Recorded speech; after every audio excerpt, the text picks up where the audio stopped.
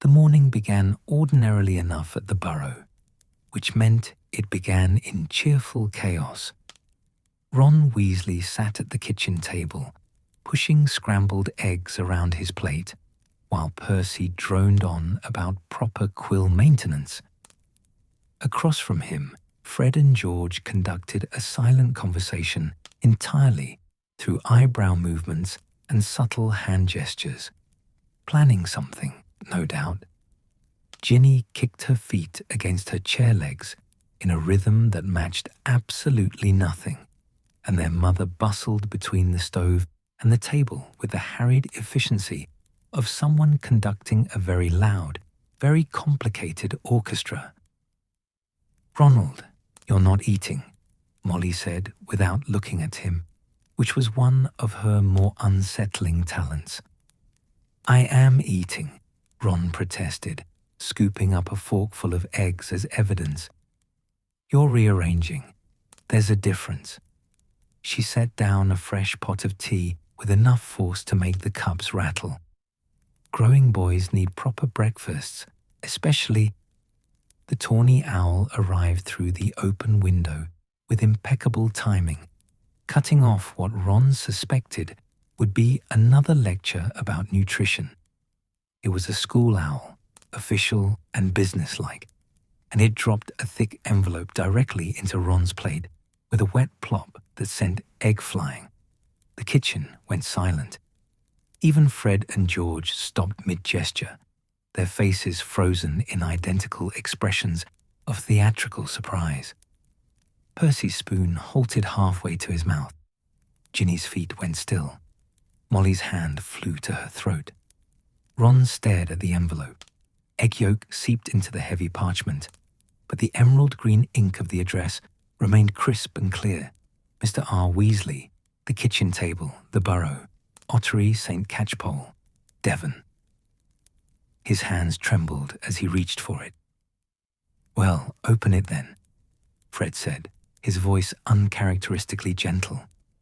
Ron picked up the envelope, feeling the weight of it, the official wax seal on the back bearing the Hogwarts crest.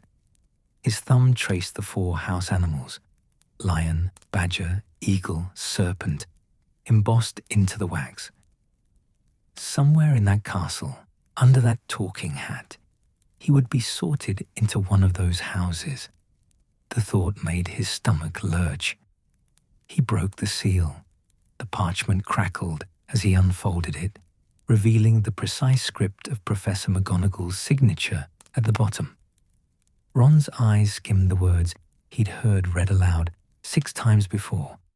5 brothers, 5 identical letters, 5 journeys he'd only heard about secondhand. Hogwarts, School of Witchcraft and Wizardry, the letter proclaimed in bold lettering. And suddenly, it wasn't Percy's letter, or Fred's, or Charlie's. It was his. "Oh, my baby!" Molly's shriek shattered the reverent silence.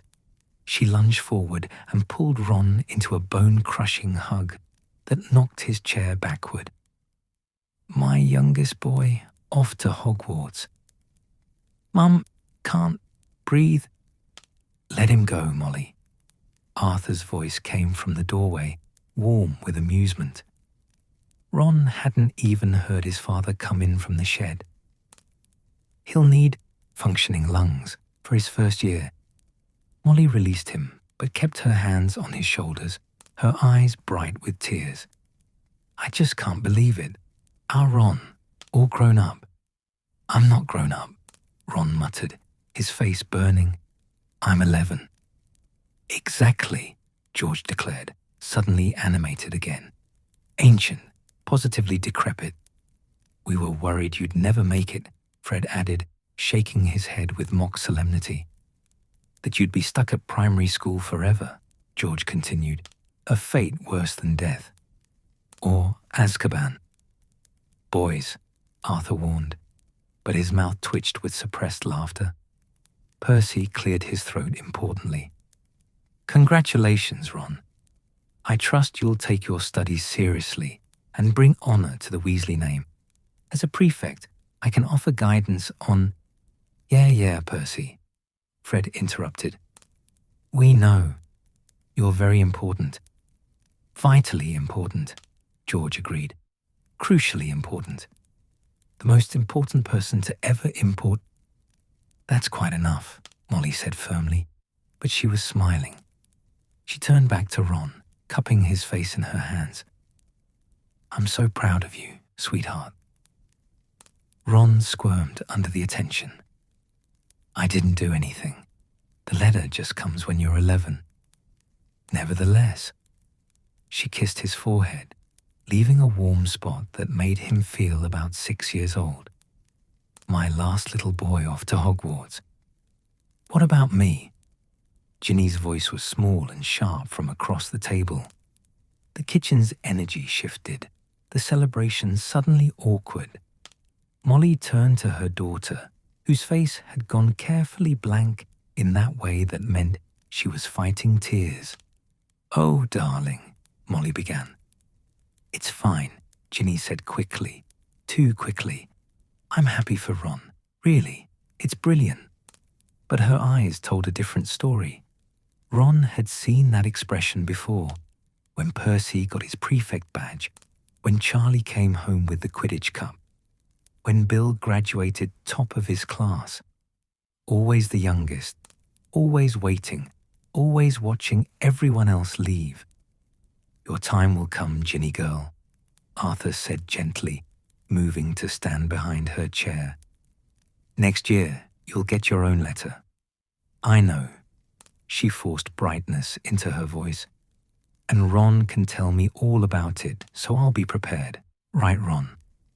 Ron nodded, though the idea of being anyone's guide to Hogwarts seemed absurd. He was the one who needed guidance, who'd spent 10 years listening to his brother's stories, trying to piece together what Hogwarts would actually be like from their contradictory accounts. Right, he said. I'll write loads.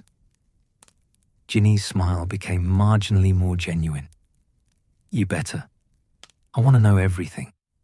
Which house you're in, what the food's like, if the ghosts are really see-through. Oh, they're definitely see-through, Fred said, nearly headless Nick especially. Because his head's nearly off, George explained cheerfully, hanging by a thread of skin. George, Molly snapped, that's quite enough gruesome talk at breakfast. But it's true, Fred protested. Educational, even. Educational, George echoed. Arthur picked up Ron's letter, his face softening as he read. First years will require 1 wand, 1 cauldron, 1 set of glass or crystal phials. He looked up, and Ron saw the calculation happening behind his father's eyes, the mental tally of galleons needed. Well, we'll need to visit Diagon Alley soon. I've already started a list, Molly said, pulling a piece of parchment from her apron pocket. Because of course she had. We can use Bill's old cauldron, and I'm sure there are robes that can be let down. He needs proper things, Molly, Arthur said quietly. He'll have proper things. Just economical, proper things. Ron stared at his plate, at the egg-stained letter beside it. He'd known this was coming. They all had. But wanting something badly didn't make it cost less. I don't need new stuff, he said. Second-hand's fine. You'll have what you need, Arthur said firmly, in that voice that meant the discussion was over. Every Weasley boy gets what he needs for school. Percy cleared his throat again. I still have my first-year textbooks. Ron can have those. They're in excellent condition. I took very thorough notes. That's generous, Perce, Arthur said. Yeah, thrilling, Fred muttered. Percy's margin notes, living the dream. But Ron felt a rush of gratitude toward his pompous brother. Thanks, Percy. Really? Percy looked pleased, his chest puffing slightly. Well, yes. It's important to help one's younger siblings succeed academically. Speaking of success, George said, standing abruptly. We should prepare Ron properly for Hogwarts life. Fred's eyes gleamed with identical mischief. Absolutely. Can't send him in unprepared. Boys, Molly said warningly. We're being helpful, Fred protested. Extraordinarily helpful, George agreed. For instance, Ron should know about the Hogwarts initiation ceremony. There's no initiation ceremony, Percy said irritably. Isn't there, though? Fred leaned forward, his voice dropping to a stage whisper. Tell me, Ron, how much do you know about wrestling trolls? Or swimming across the lake at midnight, George added, in your pants, in January, while singing the school song, backward. Enough, Molly roared, brandishing her wand. You will not terrorize your brother with nonsense. It's not nonsense, Fred said, wounded. It's tradition. The most sacred tradition, George confirmed. But they were grinning, and Ron felt something in his chest loosen. This was familiar territory, the twins' teasing, Percy's indignation, Mum's exasperation. This was home. Hogwarts might be unknown and terrifying, but it would be full of other students who'd grown up in homes like this, full of magic and chaos and love. Probably. Hopefully. Ignore them, Ron, Percy advised. The only thing first years must do is attend the sorting ceremony and follow school rules. If you model your behavior after mine, he'll die of boredom before Halloween, Fred interrupted. Social death, George clarified. The worst kind. I hate all of you, Percy declared, standing with great dignity and gathering his breakfast dishes. I'm going to write to Penelope. At least she appreciates academic excellence. He swept from the room, robes billowing impressively. The twins applauded. Arthur chuckled, shaking his head. Right then, let's see the rest of what's in that letter. Ron pulled out the list of required books. The Standard Book of Spells, A History of Magic, Magical Theory. The titles felt heavy with promise and intimidation in equal measure. There was also information about the Hogwarts Express. September 1st, King's Cross Station, Platform 9 and 3/4. I remember my first time through the barrier, Arthur said softly. Thought I was going to run straight into the wall. Nearly turned back 3 times. But you didn't, Ron said. No, your grandfather gave me a push. Literally. Arthur's eyes crinkled with the memory. Sometimes you just need someone to give you that little shove into the unknown. Ginny picked at her toast. Her earlier enthusiasm dimmed. Ron caught her eye across the table and made a face, crossing his eyes and sticking out his tongue.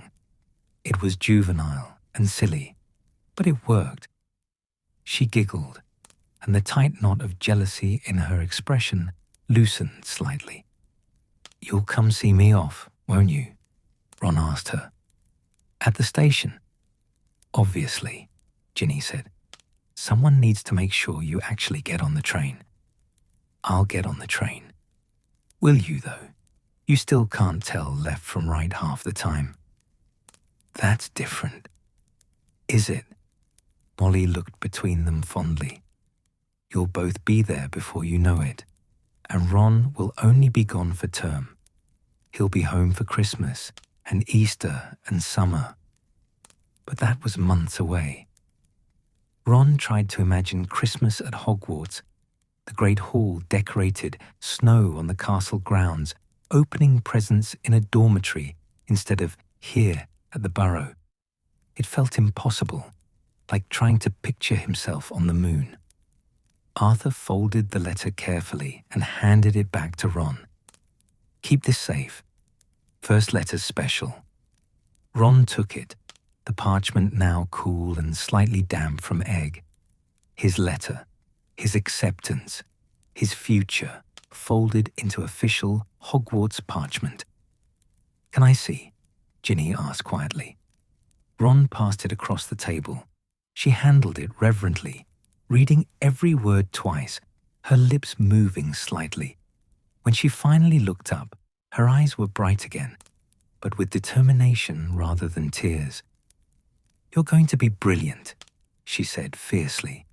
"You're going to show everyone what Weasleys are made of." The certainty in her voice steadied something in Ron's chest. "Yeah? Yeah." She handed the letter back. "And you're going to write me everything. Every single thing, Ron, I mean it. If you leave anything out, I'll hex you at Christmas." "Noted," Ron said, grinning. Fred and George had been suspiciously quiet, which usually meant trouble. Ron glanced over to find them staring at him with identical, unreadable expressions. "What?" he asked warily. "Nothing," Fred said. "Just thinking," George added. "Our baby brother. Off to Hogwarts. Seems like yesterday you were tiny. Couldn't even talk. Now look at you, almost grown." "Shut up," Ron muttered, but without heat. Fred reached over and ruffled Ron's hair roughly. "You'll be fine, Ronnykins. Might even enjoy yourself. If you survive the troll wrestling," George added seriously. "There's no troll wrestling." "That's what they all say," Fred said darkly. "Until they meet the troll." Molly pointed her wand at them. "Out, both of you, before I hex you into next Tuesday."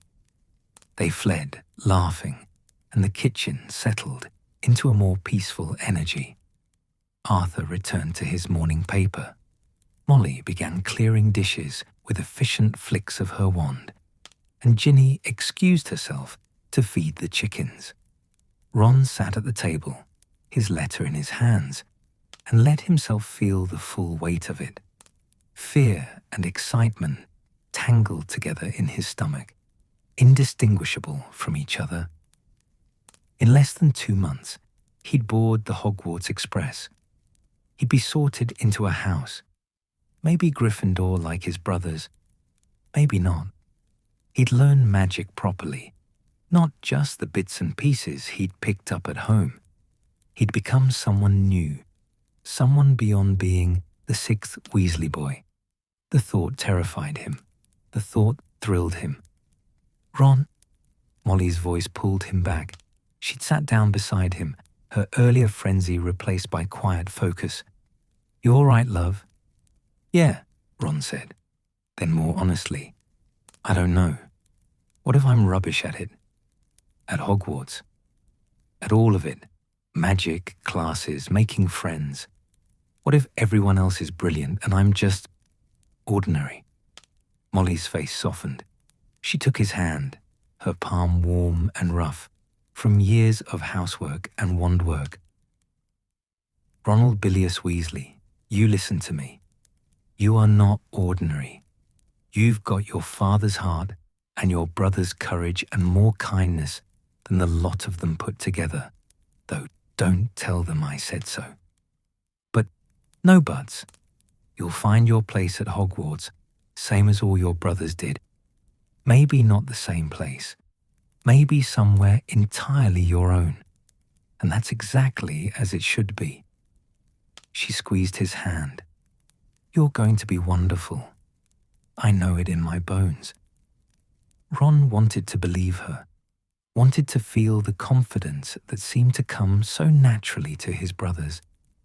But sitting here, in the kitchen where he'd spent his whole life, the world beyond suddenly felt impossibly large. "What if the sorting hat can't decide?" he asked quietly. "What if I'm not brave enough for Gryffindor? Then you'll be smart enough for Ravenclaw, or loyal enough for Hufflepuff, or ambitious enough for Slytherin." Molly smiled. "The hat sees what you are, Ron. And whatever house it chooses, we'll be proud. Your father and I, we don't love your brothers because of their house colors. We love Them because they're ours. Even Percy? Ron asked, trying for humor. Even Percy, Molly confirmed, and they both laughed. Outside, the morning sun climbed higher, turning the burrow's crooked walls golden. From somewhere above came the sound of Fred and George's laughter, punctuated by Percy's indignant shout. Ginny's voice carried from the garden, singing to the chickens in her off-key but enthusiastic way. Normal burrow sounds, home sounds. Ron looked down at his letter one more time. The words hadn't changed, but something in him had. The fear was still there, coiled in his stomach, but so was something else, a tiny spark of readiness. "Mum," he said. "Yes, love? Can we go to Diagon Alley soon? I want to be ready." Molly's smile could have lit the entire house.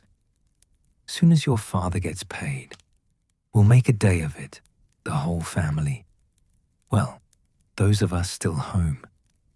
She stood, pressing a kiss to the top of his head. "Now finish your breakfast properly.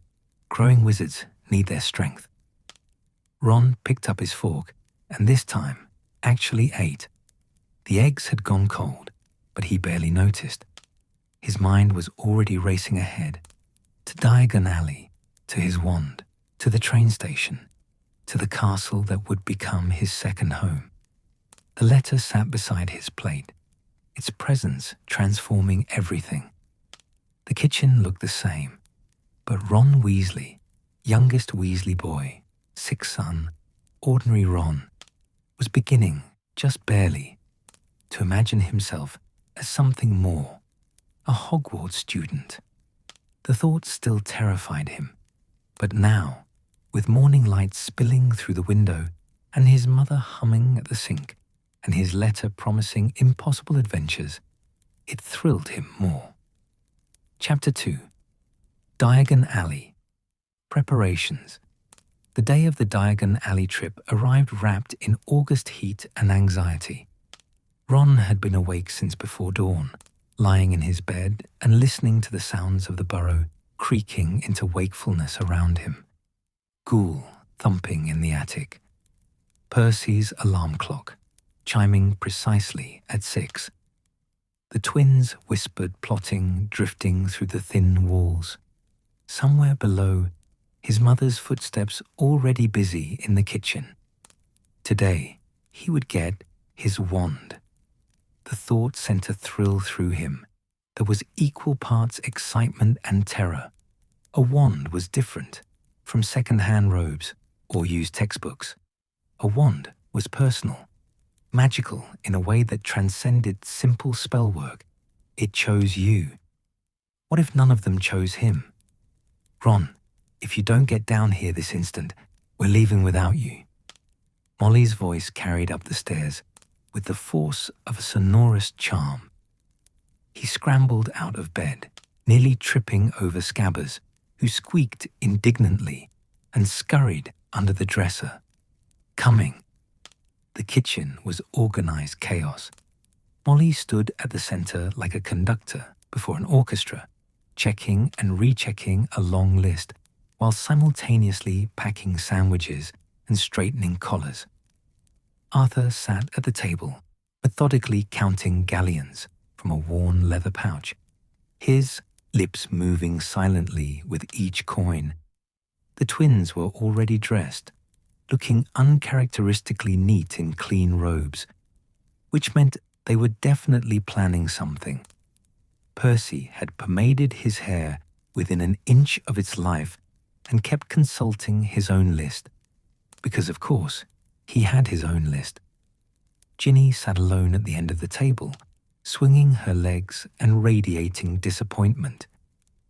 "Ginny's coming too, right?" Ron asked, sliding into the chair beside her. "No room in the car," Molly said briskly, not looking up from her list. "Your father's already expanded it as much as is safe, and with 6 of us." "I don't mind staying," Ginny said quickly, but her voice was small. Ron looked at his father, who was studiously focused on his galleons, at his mother, whose hands had stilled on the sandwich she was wrapping, at the twins, who for once weren't grinning. Everyone knew this was about more than car space. Taking Ginny to Diagon Alley, watching Ron get fitted for his Hogwarts life while she remained a year away from her own, would be a special kind of torture.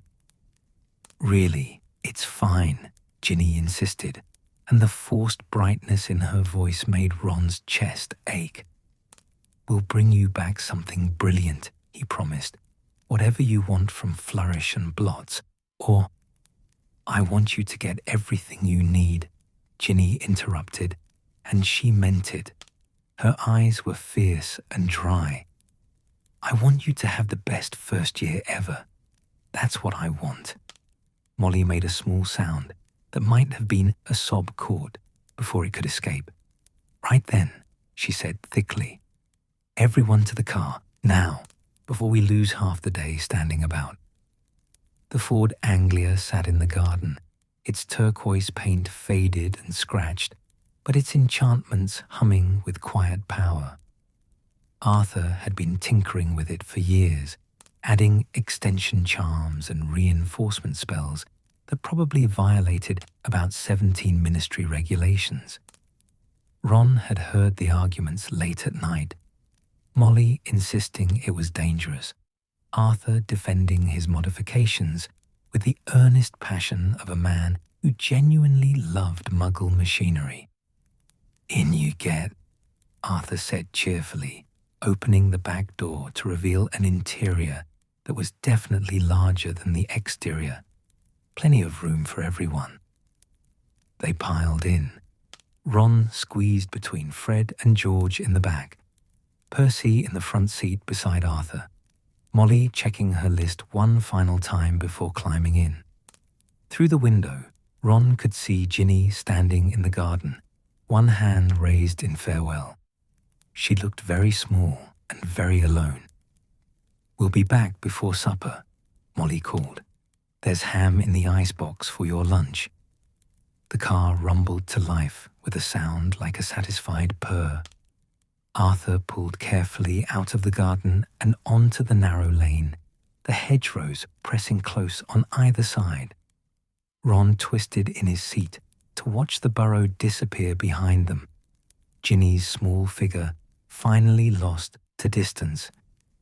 She'll be all right, Fred said quietly. Next year will come faster than she thinks, George added.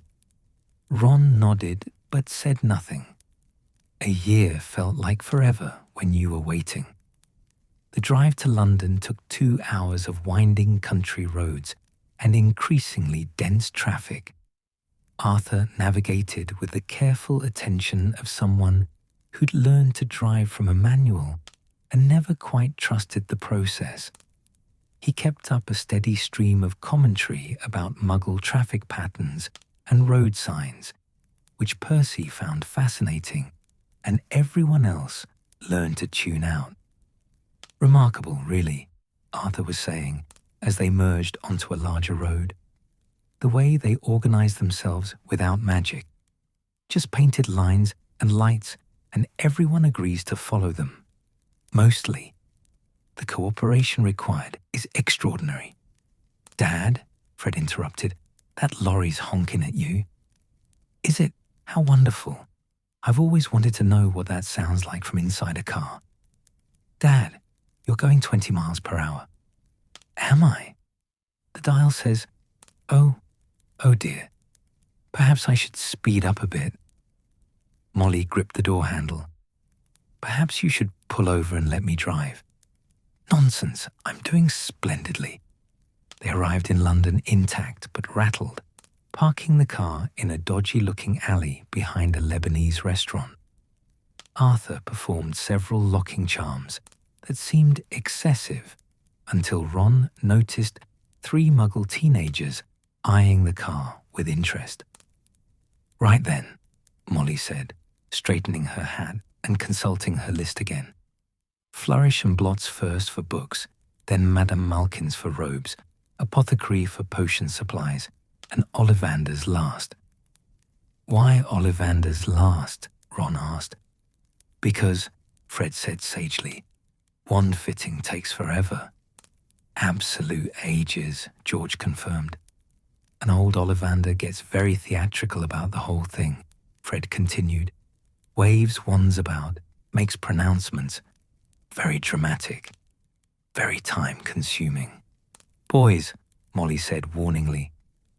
They made their way through London's crowded streets to the leaky cauldron, which looked even more dingy and uninviting in the August heat. Inside, it was blessedly cool and dim. Tom the barkeeper nodded at Arthur, who nodded back with the easy camaraderie of regular customers. The brick wall behind the pub opened at Arthur's one tap, revealing Diagon Alley in all its chaotic glory. Ron had been here before, once with his parents as a small child, a handful of times when his brothers needed school supplies. But it never failed to steal his breath. The crooked buildings leaning into each other like gossips sharing secrets. The shop windows crammed with cauldrons and telescopes and books that snapped at passers-by. Wizards and witches in robes of every colour hurrying past, some levitating their purchases, others herding small children or arguing about Quidditch scores. This was it, the threshold of his new world. Stay together, Molly commanded, already moving toward Flourish and Blots, with the determination of a woman on a mission. Ronald, keep up. Frederick, George, I can see you, eyeing Gamble and Japes. And the answer is no. Flourish and Blots was stuffed floor to ceiling with books, the air thick with the smell of parchment and leather and something indefinably magical. A harried-looking wizard behind the counter was attempting to manage a stack of books that were trying to bite each other, while simultaneously helping a witch find an obscure tome about goblin rebellions. Molly produced her list. We'll need the Standard Book of Spells, Grade 1, A History of Magic, Magical Theory. I've got most of those, Percy interrupted. My old copies are perfectly serviceable.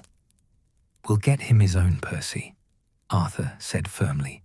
Every student deserves their own books. Percy looked slightly offended, but subsided. Ron felt a flush of gratitude toward his father, even as he noticed Arthur carefully counting the galleons in his pouch again, calculating costs. The books were gathered, some new, some gently used, as the shopkeeper diplomatically put it. Ron held the Standard Book of Spells reverently, his own copy, not Percy's with its meticulous notes, not Charlie's with its Quidditch doodles in the margins. His. Can we stop at Quality Quidditch Supplies? Ron asked as they left the bookshop, his arms full of purchases. Absolutely not, Molly said. You're not trying out for the team first year, and we haven't the budget for... Just to look, Ron pleaded. 5 minutes, please. Molly's expression softened slightly. 5 minutes, and no touching anything expensive. Quality Quidditch Supplies was heaven and torture in equal measure. The window display featured the newest Nimbus racing broom, sleek and powerful, its handle gleaming.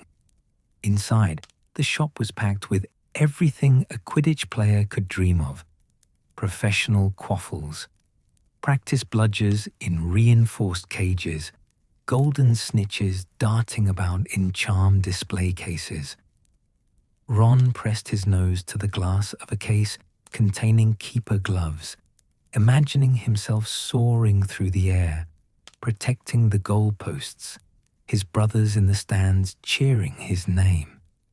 Dreaming of glory, little brother. Fred appeared at his elbow.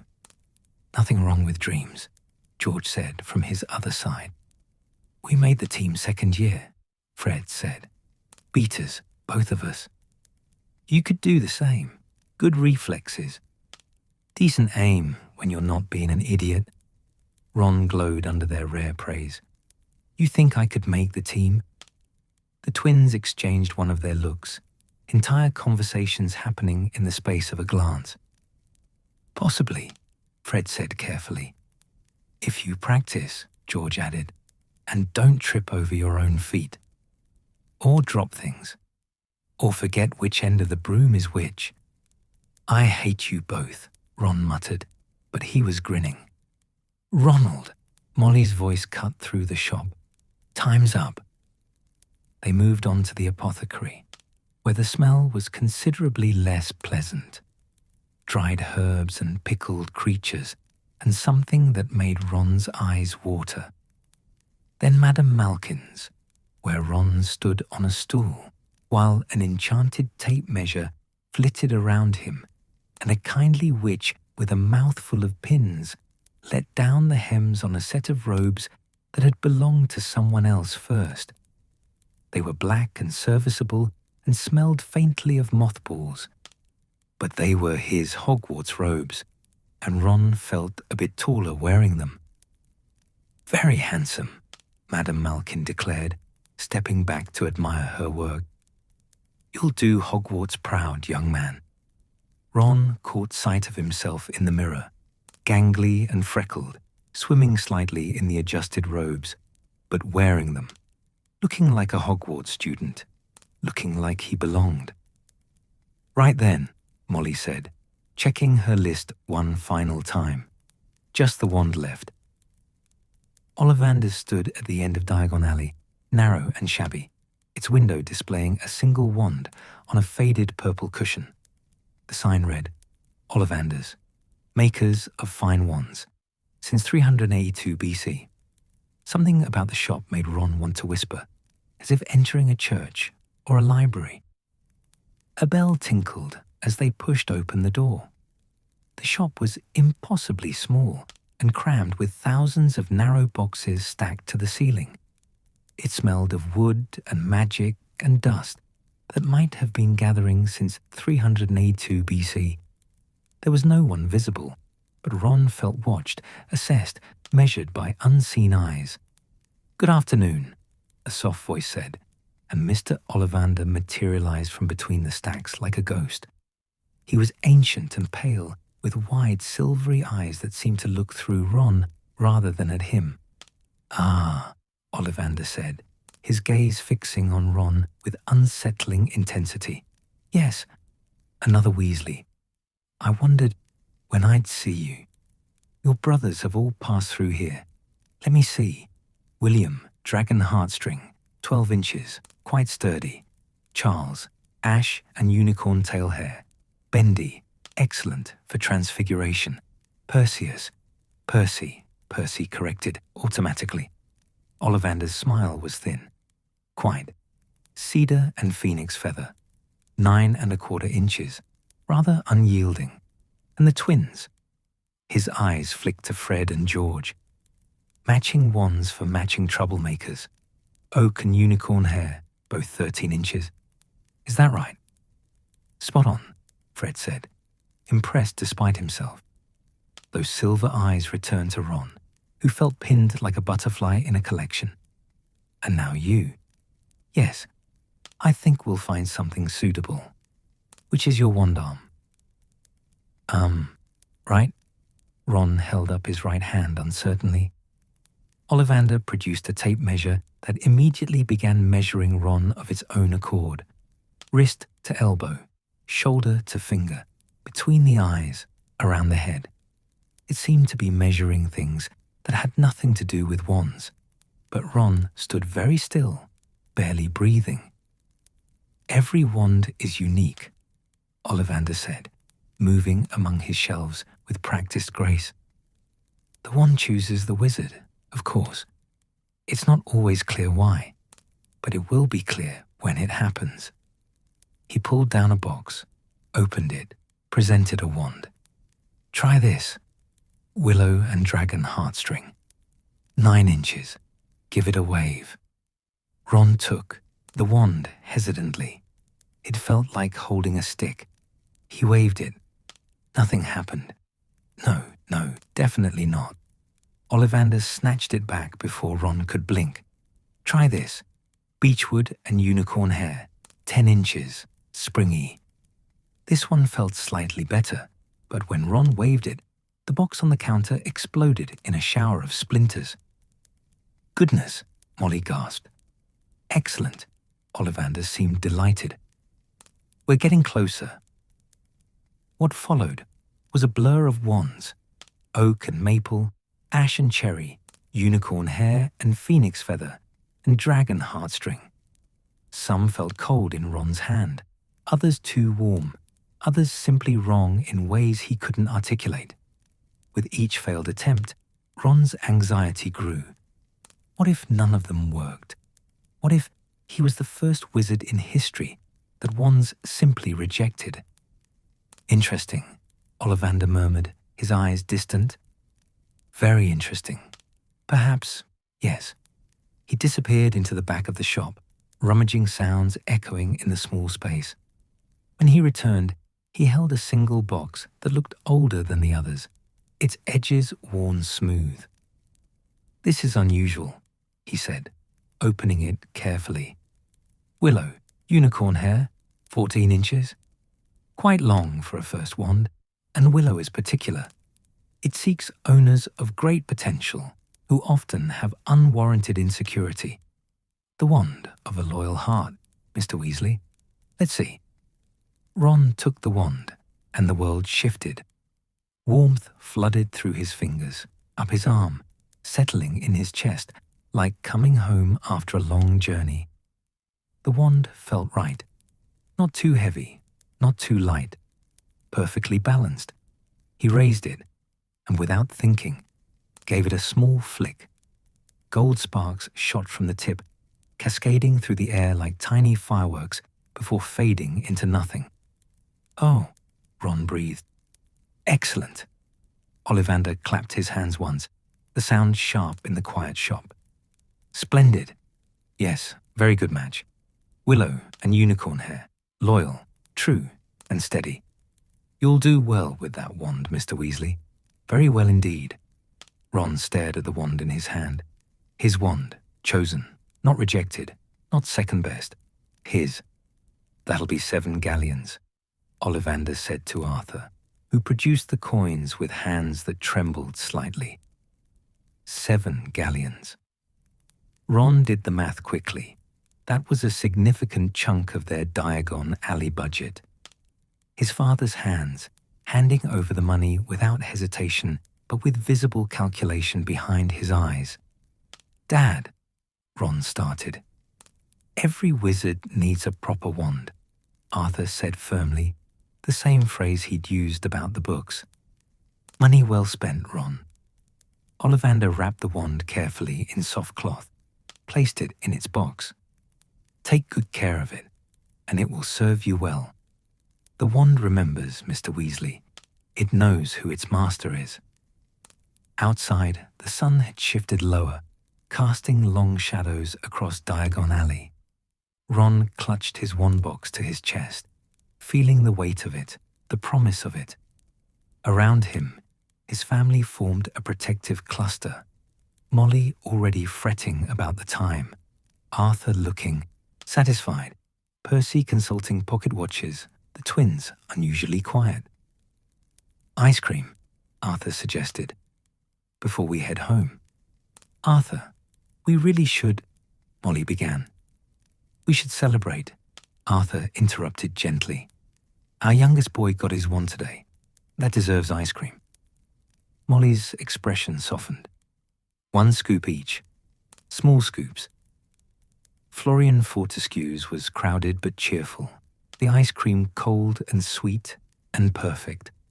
Ron chose chocolate and sat squashed between his brothers, his wand box on his lap, and felt something enormous settling into place. This morning, he'd been Ron Weasley, youngest boy, waiting and hoping. Now he was Ron Weasley, Hogwarts student, owner of a wand that had chosen him specifically. The fear was still there, coiled in his stomach. but it was smaller now, manageable, overshadowed by something brighter and stronger. "Good day," Fred asked quietly. Ron looked at his wand box, at his ice cream, at his family crowded around a too-small table in a shop that smelled of sugar and magic, at the alley beyond, full of witches and wizards going about their business, a world he was about to join properly. "Yeah," he said. "Really good day." The drive home seemed faster, the countryside rolling past in shades of gold and green as the sun set. Ron dozed in the back seat, his wand box clutched protectively, and dreamed of gold sparks and Hogwarts towers and a future that finally, impossibly, felt real. The evening had that particular quality of late summer warmth, when the sun hung low and golden, and the air smelled of cut grass and approaching autumn. Ron sat on the back steps of the burrow, his wand box open on his lap, staring at the smooth willow wood for what must have been the 100th time since they'd returned from Diagon Alley 3 days ago. 14 inches. Willow and unicorn hair. Loyal heart. He traced the length of it with one finger, not quite touching, as if contact might somehow break the spell that had made it his. Through the open kitchen window behind him, he could hear his mother clattering about with supper preparations, the familiar sounds of home providing a comfortable backdrop to his thoughts. Still staring at it, Ron jumped, nearly dropping the box. Ginny appeared beside him, settling onto the step with the casual invasion of personal space that only siblings managed. She'd been sullen since they returned from London, her hurt at being left behind manifesting in sharp comments and deliberate distance. But now her eyes were curious rather than resentful as she peered at the wand. "It's just," Ron struggled for words. "It's mine, you know." "I know," Ginny said softly. Then, barely audible, "Lucky." Ron's chest tightened. "Next year." "I know," she repeated, more firmly. "Next year it's my turn, and you'll write and tell me everything, so I'll know exactly what to expect." "Everything," Ron promised. "Even the boring stuff. Especially the boring stuff." Ginny leaned her head against his shoulder, a rare moment of vulnerability. "I want to know what the dormitories smell like, and which stairs to avoid, and whether the portraits really talk back, and if the food is as good as everyone says." "Deal." They sat in companionable silence, watching the gnomes in the garden uproot Molly's cabbages with gleeful determination. In the distance, Ron could see his father in the shed, probably tinkering with some muggle artifact he'd confiscated from work. The twins were somewhere upstairs. Ron could hear occasional thumps and muffled laughter that probably meant someone's belongings were being enchanted without permission. Percy was locked in his room, no doubt composing another letter to Penelope or color-coding his prefect notes. Normal, ordinary, home. In 3 weeks, it wouldn't be his everyday anymore. "Ron! Ginny!" Molly's voice carried from the kitchen. "Supper's ready, and someone tell your father if he doesn't come in right now, I'm feeding his portion to the chickens." The family gathered around the table in the comfortable chaos that defined Weasley mealtimes. Arthur arrived from the shed with grease on his hands and an apologetic smile. The twins materialized from upstairs, looking suspiciously innocent. Percy descended with great dignity, a book tucked under his arm, because apparently reading at the table was acceptable if it was about prefect duties.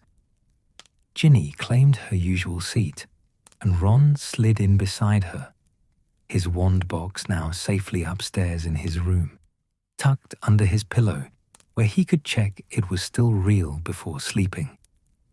Molly served shepherd's pie with efficient wand work, plates floating to their destinations while she simultaneously poured pumpkin juice and scolded Fred for trying to nick extra portions. The food was simple and hearty, and Ron had seconds without thinking. His appetite finally recovered from the nervous excitement of the past few days. "So," Arthur said, once everyone had food and the initial feeding frenzy had subsided, 3 weeks until term starts."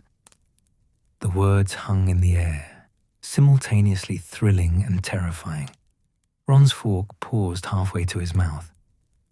3 weeks, Percy echoed, straightening importantly. Which means Ron needs to be properly prepared.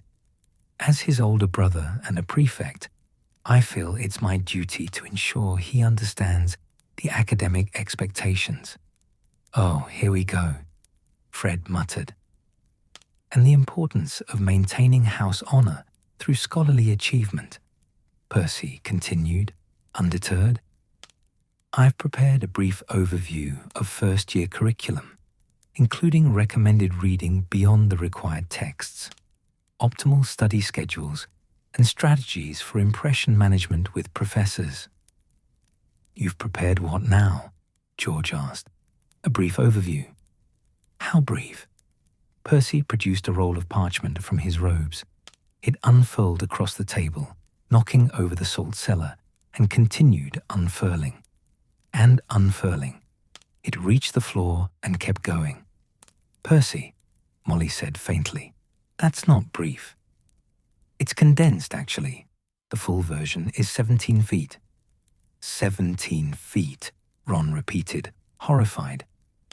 "Of pure, concentrated boringness," Fred added. "Distilled tedium," George agreed. "It's comprehensive," Percy said defensively. "Ron should be grateful. When I started Hogwarts, I had to figure everything out myself." "That's because you're insufferable and no one wanted to help you," Fred said cheerfully. "Frederick Gideon Weasley," Molly began. "What? It's true." Arthur cleared his throat, the sound cutting through the brewing argument. "I think what Percy means is that he wants to help, though perhaps a 17-foot overview is a bit ambitious for tonight." Percy rolled up his parchment with wounded dignity. "Fine, but when Ron fails his first potions essay because he doesn't understand proper ingredient preparation sequences, don't come crying to me." "I won't be crying to anyone," Ron said, though he made a mental note to possibly, maybe, glance at Percy's parchment later, when no one was watching. "Potions is fine," Fred said dismissively. "It's just following recipes." "Very precisely," George added, "with very expensive ingredients that explode if you look at them wrong. And a professor who hates everyone equally? So you know." "Fine." Ron's appetite diminished slightly. "The potions professor hates everyone?" "Snape's not so bad."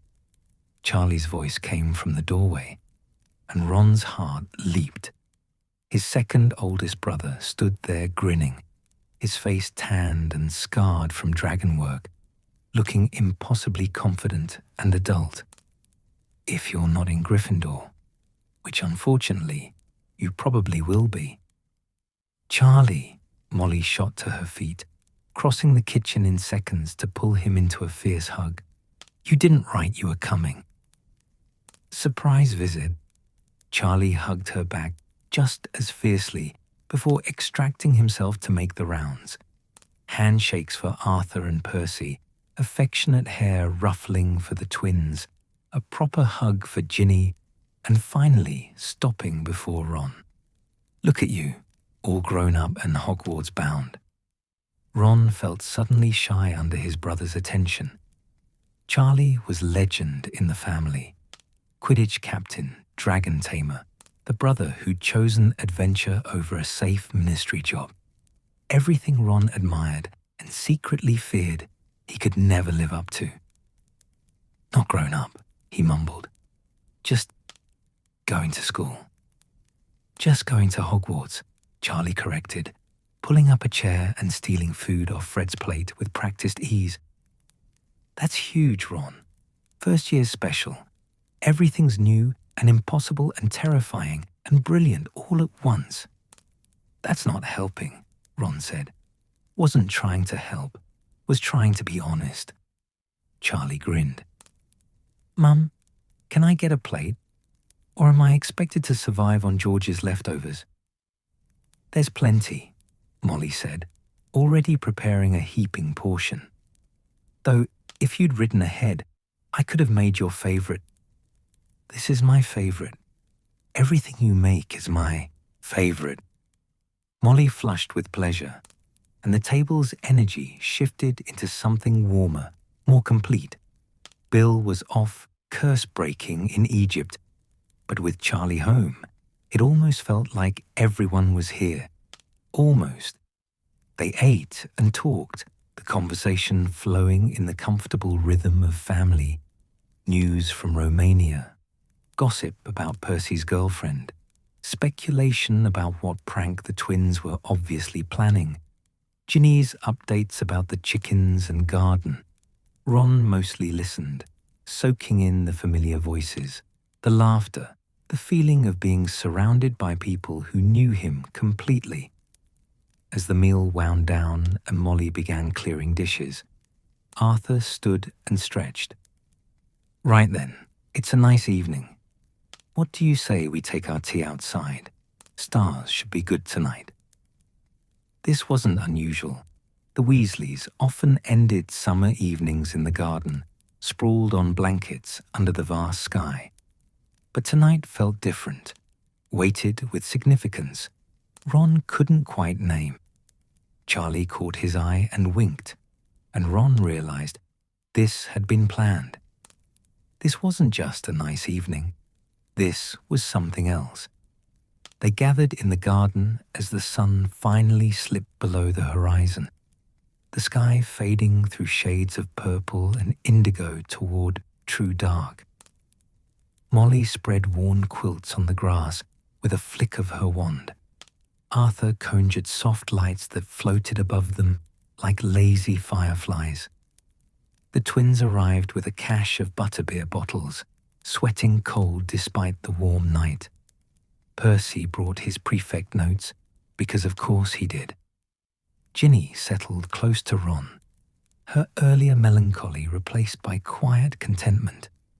And Charlie looked at Ron with an expression that was part pride, part nostalgia, part something Ron didn't have words for yet.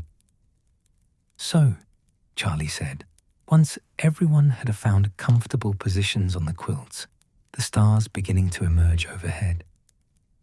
Ron's off to Hogwarts in 3 weeks. We're aware, Fred said. Intimately aware, George added. We've been preparing him. Thoroughly. Which means terrifying him with lies, Percy interjected. Educational lies, Fred corrected. There's a difference. Charlie laughed, the sound rich and warm. I remember you two showing up in the common room my 7th year, already causing chaos. Professor McGonagall took one look at you and aged 10 years on the spot. We're a gift, Fred said solemnly. A blessing, George agreed. A curse is what you are, Percy muttered, but without real heat. Ron pulled his knees to his chest, listening. This was familiar. His brothers trading stories, competing for the best anecdote, the funniest memory. But tonight felt different. Tonight, they were including him, not just talking over him. Tell him about the sorting, Ginny said suddenly. Everyone always tells me, but I want Ron to hear it proper, from all of you. A beat of silence. Then Arthur spoke, his voice gone soft with memory. I was terrified, absolutely convinced the hat would take one look in my head and send me home. Your grandfather walked me to the platform, and the last thing he said was, Arthur, my boy, The hat sees who you are. Trust it. What house did you think you'd be? Ron asked. Ravenclaw, honestly. I was good at school, loved learning, but the hat put me in Gryffindor, and I didn't understand why until years later. Arthur smiled. Turns out, curiosity is its own kind of courage, asking questions when everyone else accepts things as they are. That takes bravery. Molly made a soft sound of agreement. I was certain I'd be Hufflepuff. Loyal to a fault, that's what my mother always said. But Gryffindor it was. The hat told me loyalty without courage to act on it was just cowardice in disguise. Ron tried to imagine his parents young, nervous, standing where he'd stand in 3 weeks. It seemed impossible. They were grown-ups, parents, established. The idea of them being uncertain first years didn't compute. I wanted Gryffindor so badly, I probably would have cried if I got anything else. Bill's voice came from the darkness. Ron jumped. He hadn't seen his oldest brother arrive.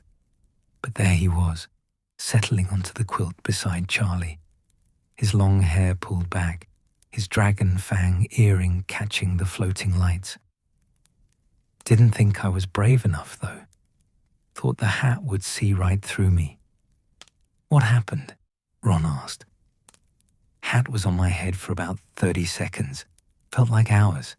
Then he shouted, Gryffindor, and I nearly fell off the stool from relief. Bill grinned. Best moment of my life up to that point. Still top 10, honestly. Mine took longer, Charlie said. Nearly a minute. The hat was deciding between Gryffindor and Hufflepuff, apparently. Told me I had loyalty to spare, but enough recklessness to earn my place with the Lions. You? Reckless? Fred gasped in mock surprise. Never, George added. Says the man who wrestles dragons for a living, Percy pointed out. Charlie shrugged, unrepentant. The hat knows what it's doing. I needed Gryffindor's push toward adventure. Hufflepuff might have been too comfortable, too safe. Percy took forever, Fred said. We thought the hat broke. 5 minutes, George confirmed. Longest sorting in decades. Percy flushed. It was not 5 minutes. It was barely 2. And the hat was simply being thorough in its assessment of my qualities. It was trying to figure out if insufferable was a house trait, Fred said, or if they needed to create a new house just for you, George added. House pompous, Fred suggested. House self-important. House boys, Molly warned. But Percy was smiling slightly, the expression reluctant but genuine. Fine. It was deciding between Ravenclaw and Gryffindor. Happy. Why Gryffindor? Ron asked, genuinely curious. Percy's smile faded into something more serious, more honest. The hat said intelligence without the courage to use it was worthless, that I could memorize 1,000 books and still accomplish nothing if I was too afraid to put the knowledge into practice. He met Ron's eyes. It was right. I needed Gryffindor. Ron absorbed this, turning it over in his mind. The hat didn't just sort you based on what you were. It sorted you based on what you needed to become. We barely sat down before the hat yelled, Gryffindor, Fred said. Both of us, simultaneously, George added. Didn't even bother looking in our heads properly. Just saw troublemakers and knew where we belonged. That's not how the sorting works, Percy said irritably. Isn't it, though? Charlie leaned back on his elbows, gazing up at the emerging stars. The thing about Hogwarts is that it becomes home. Really home, in a way that's different from here but just as important. You'll have the common room where you belong, your dormitory, your house. You'll have professors who see potential in you that you didn't know you had. You'll make friends who know a different version of you than we do. Better versions, Bill added. Not better, sorry, just different. You get to be whoever you want to be there. No oldest brother's shadow, no middle child expectations, just Ron. The words hit Ron squarely in the chest. Just Ron. Not the sixth Weasley boy, not the youngest son, not the one still waiting his turn, just himself. What if I'm not brave? The question came out smaller than Ron intended. What if I'm not Gryffindor material? Silence fell over the garden, heavy and warm. Even the twins didn't crack jokes. Finally, Arthur spoke. Ron, look around. What do you see? Ron glanced at the circle of his family, parents, brothers, sister, all watching him with varying degrees of love and exasperation and pride. I see you lot. You see the people who know you best in the world, Arthur corrected gently. And every single one of us was nervous about the sorting. Every single one of us worried we wouldn't measure up. But we were all brave enough to go anyway. That's what courage is, Ron. Not the absence of fear. It's being terrified and going anyway. You're already brave, Ginny said fiercely. You're going to a castle full of strangers and magic you don't understand yet, and classes you've never taken, and you're doing it even though you're scared. That's brave. She's right, Charlie said. First year's the hardest because everything's unknown. But you're a Weasley, Ron. We don't back down from unknowns. We charge right in and figure it out as we go. Usually while setting something on fire, Fred added. Or getting detention, George continued. Or both, they said together. The point is, Bill said, his voice cutting through the growing levity. You belong at Hogwarts. The letter came. The wand chose you.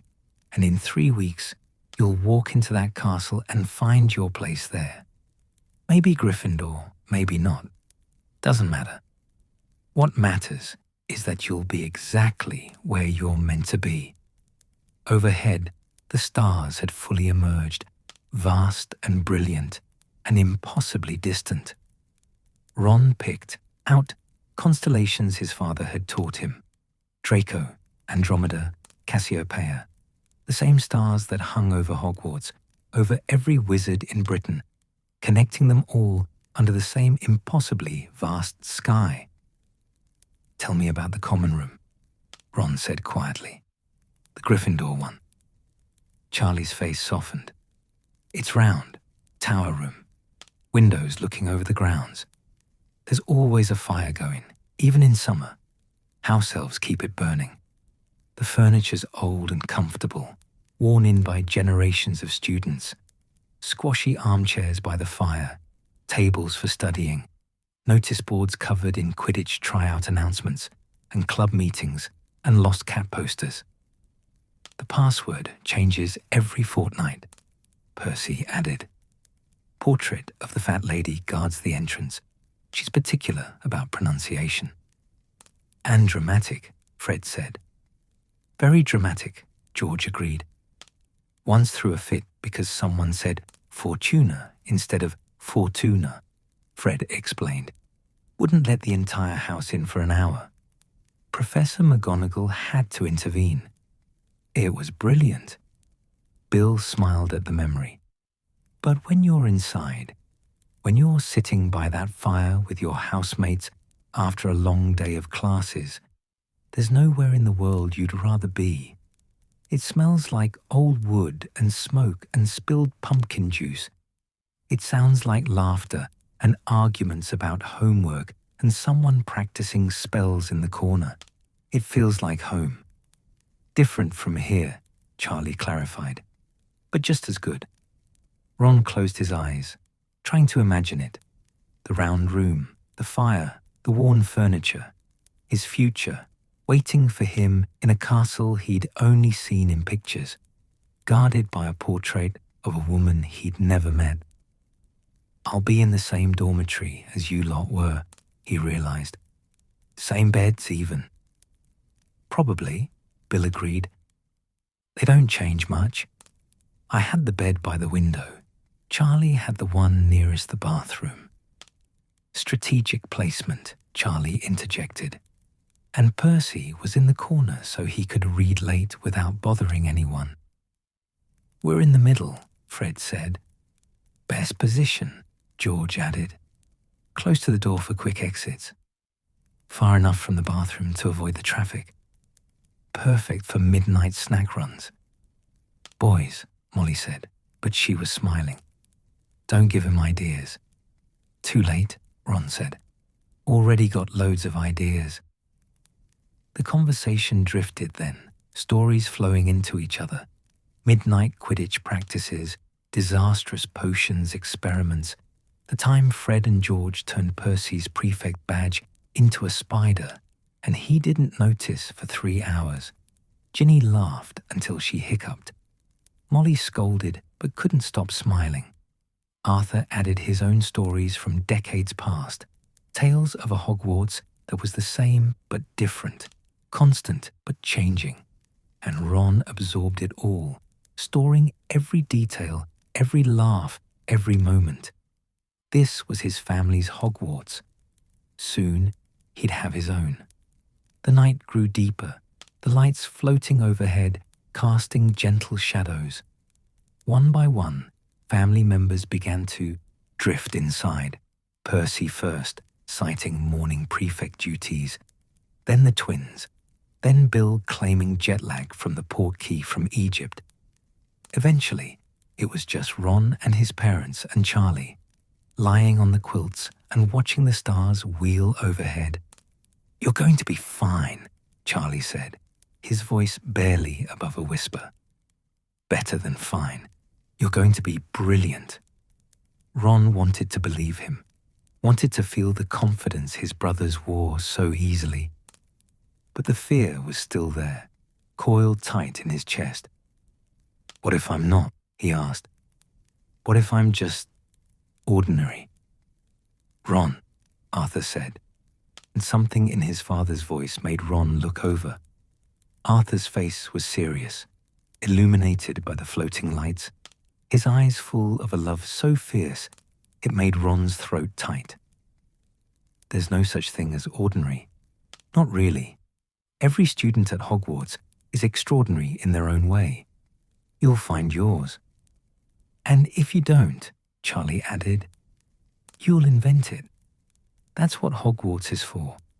Figuring out who you are when you're not just someone's little brother. Molly reached over and squeezed Ron's hand. We're proud of you. Whatever house, whatever you accomplish or don't accomplish, you're our Ron, and that's enough.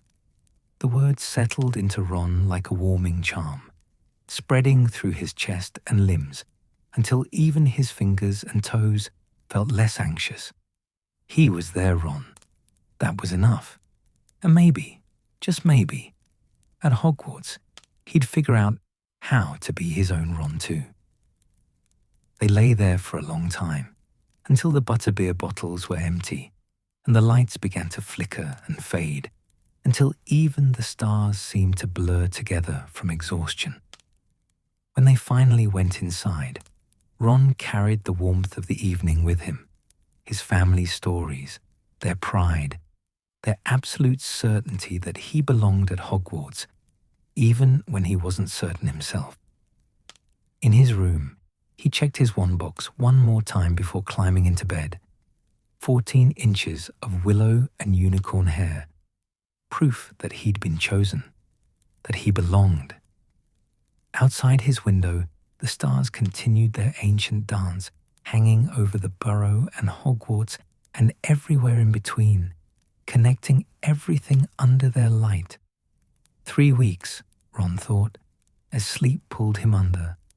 Just 3 more weeks. He couldn't wait. He was terrified. Both things were true. And somehow, that was exactly right. Ron woke to the sound of explosions. Not the violent, destructive kind. He'd lived with Fred and George long enough to distinguish between their various categories of chaos. These were controlled detonations, the carefully calibrated sort that meant his brothers were in their experimental phase, and someone should probably intervene before the house caught fire. He rolled out of bed, Scabbers squeaking irritably from his cage, and padded to the window. The sun was barely up, painting the garden in shades of pink and gold. Below, in the clear patch between the chicken coop and the vegetable garden, the twins had set up what appeared to be an elaborate obstacle course made of overturned buckets, levitating hoops, and several items Ron was fairly certain had been confiscated from the shed without permission. Right then, Fred's voice drifted up. If Ron's going to survive Hogwarts, he needs proper training. Proper being the operative word, George agreed. Can't send him in unprepared. That would be irresponsible.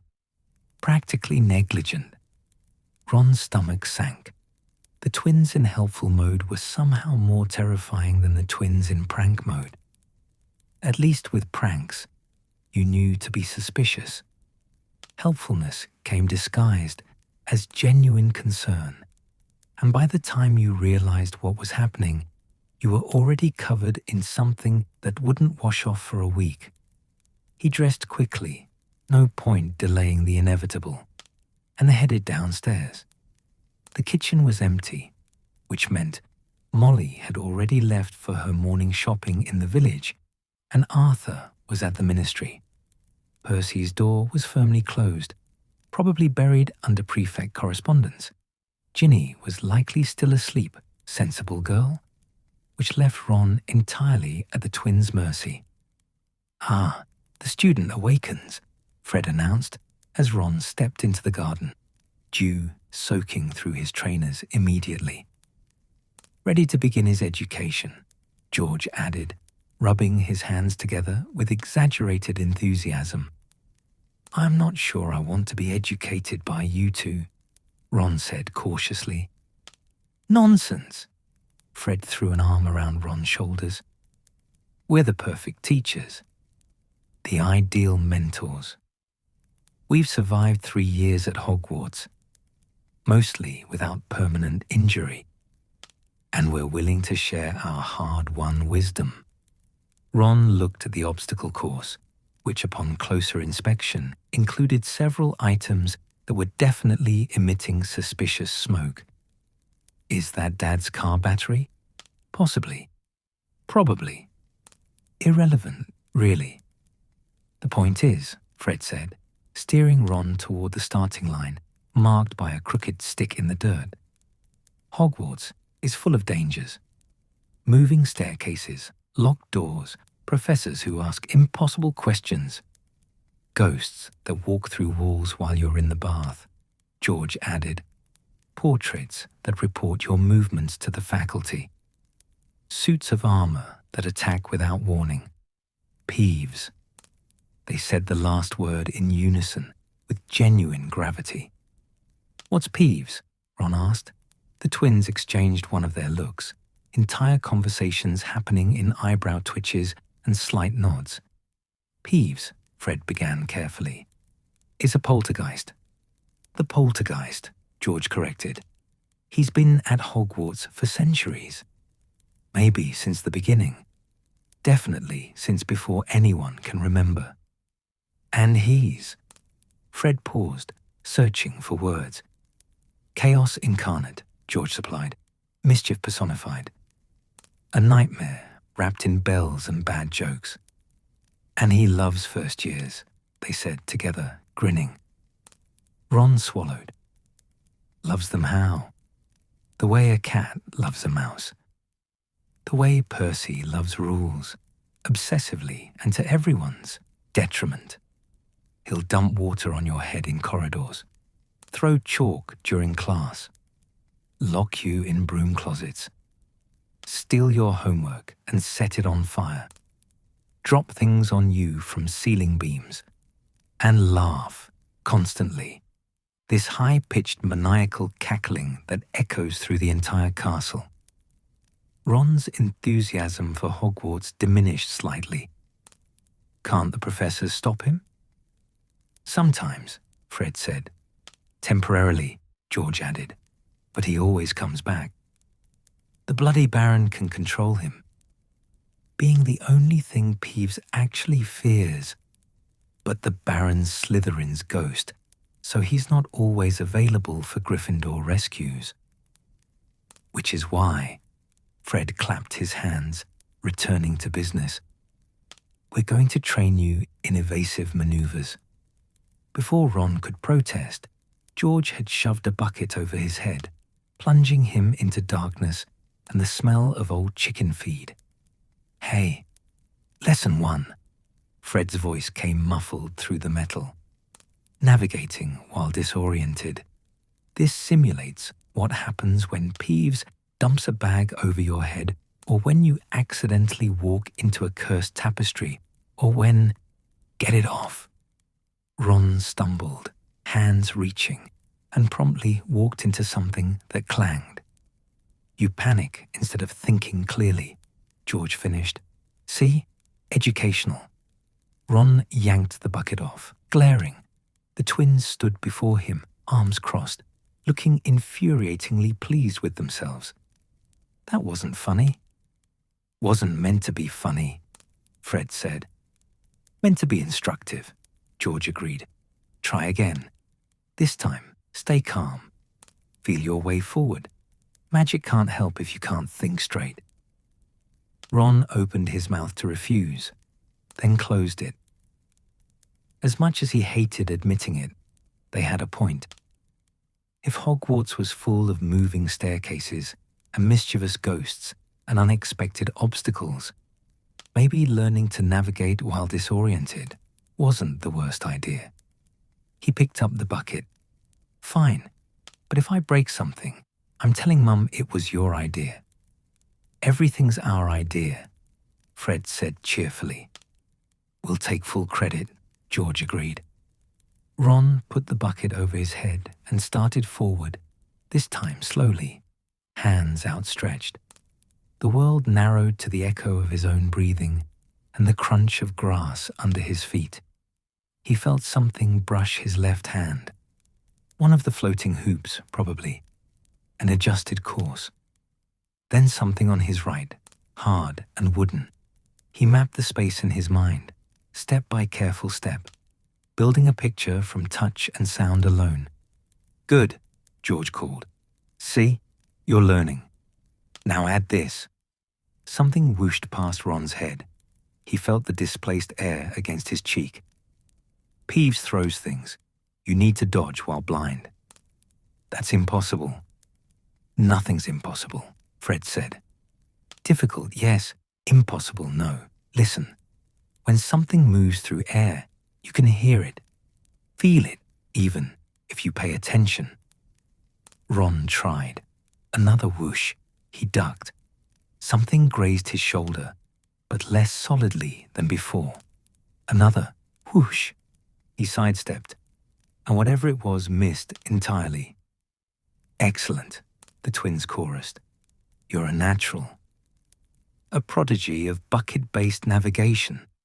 Ron removed the bucket, breathing hard, and found himself grinning despite the absurdity. That was actually kind of brilliant. We know, Fred said modestly. We're full of brilliance, George added. It's a burden, really. The morning progressed with increasingly ridiculous lessons. Lesson 2 involved throwing dung bombs at specific targets. Because you'll definitely need to know where Filch's office is for strategic avoidance, Fred explained. Lesson 3 was speed walking through the obstacle course, while the twins shouted contradictory directions. Simulates getting advice from multiple portraits at once, all of whom think they're right. Lesson 4 involved balancing textbooks on his head. Posture is important for confidence, and confidence is half of magic. By mid-morning, Ron was sweating. covered in dirt and laughing so hard his sides ached. The obstacle course had evolved into pure chaos, floating hoops moving in unpredictable patterns, the twins levitating random objects to throw. Scabbers released to scurry underfoot for additional challenge. Lesson 5, Fred announced. Defense against confusing questions.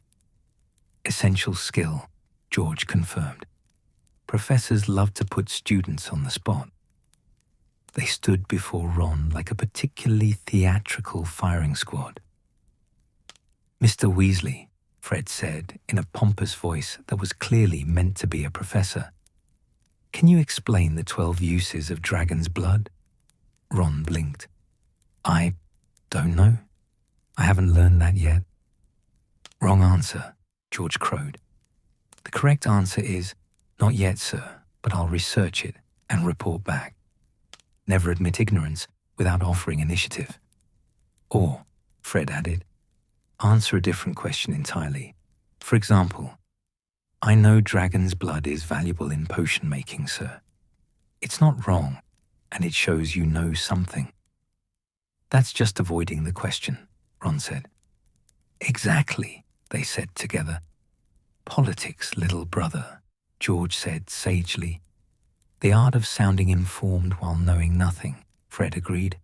Useful in class and in life. A voice cut through the garden, sharp with suspicion. What are you three doing? They turned to find Percy standing on the back steps, still in his dressing gown, hair mussed from sleep.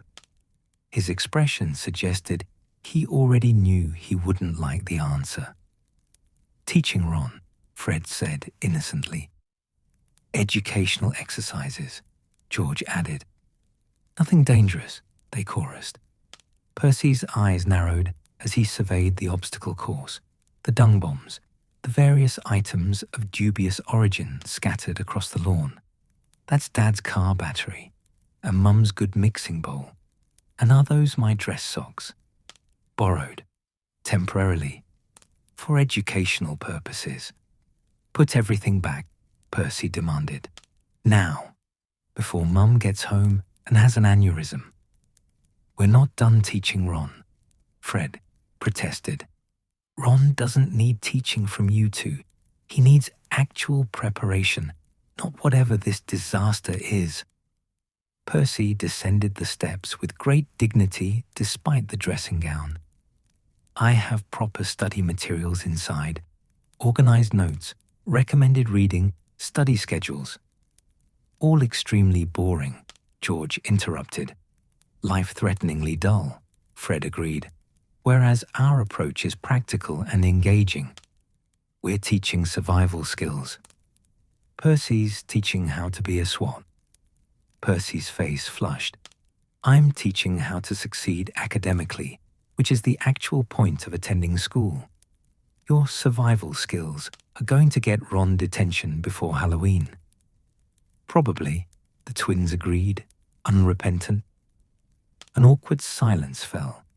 Ron looked between his brothers, Percy rigid with indignation, the twins crossed-armed and defiant. Everyone convinced their approach was correct. Maybe, Ron said carefully.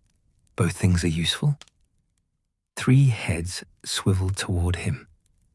I mean, Ron continued, gaining confidence. Percy's right that I need to know the actual schoolwork.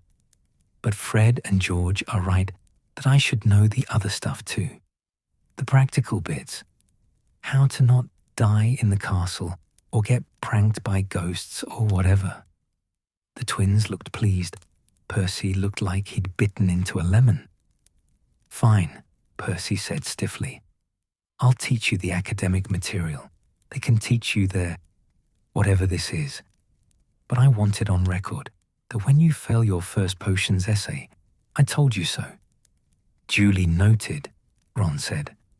Percy swept back inside, dignity intact despite the dressing gown and messy hair. The twins waited until the door closed before breaking into identical grins.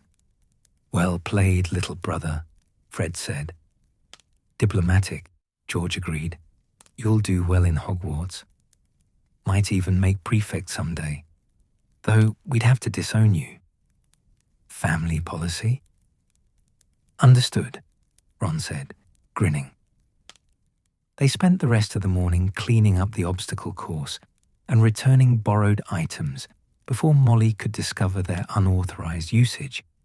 The car battery went back to the shed, the mixing bowl to the kitchen, Percy's socks, slightly singed, to his drawer. By the time Molly returned from the village, the garden looked innocently normal.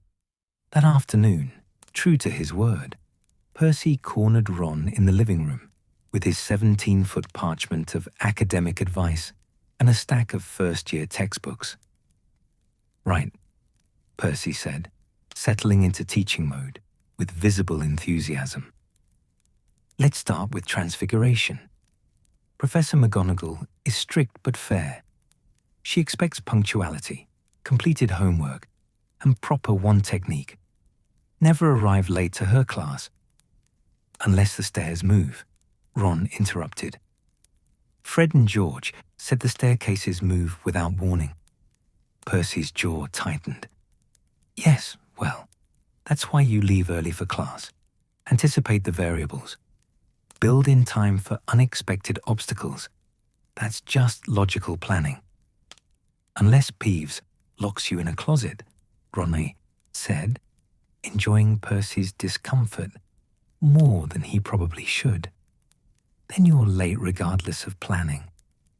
Peeves is a menace who should have been exorcised decades ago, Percy muttered. But if you follow school rules and don't antagonize him, he's less likely to target you. Fred and George said he loves first years regardless. Fred and George are the reason Peeves has so much practice. If you behave nothing like them, you'll be fine. Percy consulted his notes. Now, transfiguration theory is based on precise visualization and willpower. You must clearly imagine the final form. The lesson continued through the afternoon. Percy was actually a good teacher when he forgot to be pompous. His explanations were clear, his examples practical, his handwriting in the margins of the textbooks meticulous and helpful. Ron found himself taking notes, genuinely interested despite himself. Potions is different, Percy explained as they moved to the next subject. It's less about power and more about precision. Following instructions exactly, measuring ingredients precisely, maintaining proper temperature. Professor Snape is exacting, but if you're careful and show genuine effort, he's still difficult, but less impossible. Fred and George said he hates Gryffindors. Percy sighed. Fred and George earned his hatred through their own actions. He's strict with everyone, but he's prejudiced against troublemakers specifically, not houses generally. Don't make assumptions before you've even met him. It was the most reasonable thing Ron had heard Percy say in years. They worked until dinner, covering charms and herbology, and the basics of magical theory. Percy's enthusiasm was actually infectious. He genuinely loved learning, and that love came through in his teaching.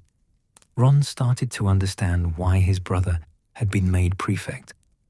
Underneath the pomposity was someone who cared deeply about doing things correctly and helping others succeed. Thank you, Ron said as they finished. Really, this helps. Percy flushed with pleasure. Well, yes. It's important to be prepared. I just want you to do well, Ron, to not feel lost like I did first year. You felt lost? Terribly. Everyone assumed I'd be brilliant because Bill was, but I didn't have Bill's natural charm or Charlie's confidence. I was just me, anxious and trying too hard. Percy smiled slightly. It got better. Once I stopped comparing myself to them and just focused on being the best version of myself. That's what I want for you, to find your own path, not feel like you're walking in 5 other people's shadows. The vulnerability surprised Ron. Percy never admitted weakness, never acknowledged self-doubt. But here he was, offering advice from experience rather than superiority. "I'll try," Ron said. "That's all anyone can do." That evening, after dinner, Ginny cornered Ron in his room while he was attempting to organize his school supplies into some semblance of order.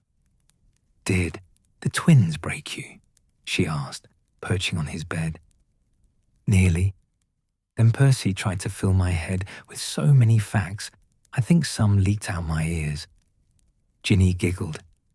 "They're both bonkers, but they mean well, in their own weird ways." "I know." Ron held up a quill that looked suspiciously charred. "Is this one of Fred and George's joke quills?" "Probably.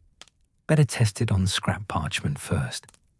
They sat in comfortable silence while Ron sorted through supplies.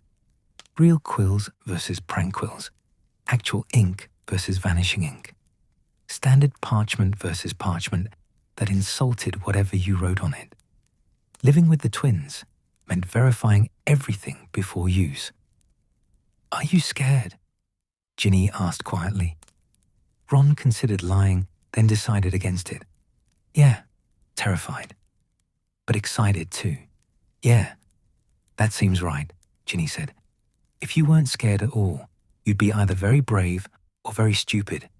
And if you weren't excited at all, you'd be dead inside." Ron laughed. "That's dark, Gin." "I'm practical." She picked up his wand box, running her fingers over the wood. "You're going to be brilliant, you know. Everyone keeps saying it, but I think they're right. You're going to find your place there and be amazing. Or I'll be spectacularly average and come home for Christmas having accomplished nothing memorable." "That's okay too," Ginny said seriously. "Not everyone has to be extraordinary. Sometimes being happy and doing your best is enough." It was surprisingly wise for a 10-year-old, and Ron felt a rush of affection for his sister. "When did you get so smart?" "I was born smart. You lot just didn't notice because you were too busy being older." She set down the wand box carefully. "Write me. Really write me. Not just everything's fine letters. I want real details." "I will. I promise." "Good." She hopped off the bed, heading for the door. "And Ron, don't let Fred and George's training get you expelled first week. Mum would murder all 3 of you." "Noted." After she left, Ron lay on his bed and stared at the ceiling, processing the day. The twins' chaotic lessons that were actually more useful than they seemed. Percy's genuine desire to help, hidden under layers of pompousness. Ginny's quiet wisdom. His family in all their contradictory, complicated glory, trying to prepare him for a future they remembered, but he could only imagine. 2.5 weeks now. The days were counting down faster than seemed possible, each one bringing him closer to platform 9 3/4 and a life beyond the burrow. Ron closed his eyes and tried to imagine himself at Hogwarts, dodging Peeves, brewing potions with precision, sitting in the Gryffindor common room by the fire. The images were clearer now, more detailed, populated with knowledge from his brother's collective wisdom. He could do this. Maybe not perfectly, maybe not extraordinarily, but he could do it. And maybe, just maybe, that would be enough. The trunk sat open in the middle of Ron's bedroom floor, like a mouth waiting to be fed, and Molly Weasley approached it with the intensity of a general planning a military campaign. "Right then," she said, hands on hips, surveying the chaos of Ron's room with a critical eye. 2 weeks until term starts. which means we pack now, properly, so there's no last-minute panic. Mum, it's just packing, Ron said from his position on the bed, where he'd been reading through Percy's margin notes in a history of magic and discovering that his brother had opinions about everything, including the footnotes. It's never just packing, Molly corrected, already pulling open Ron's dresser drawers with brisk efficiency. It's making sure you have everything you need for an entire term away from home.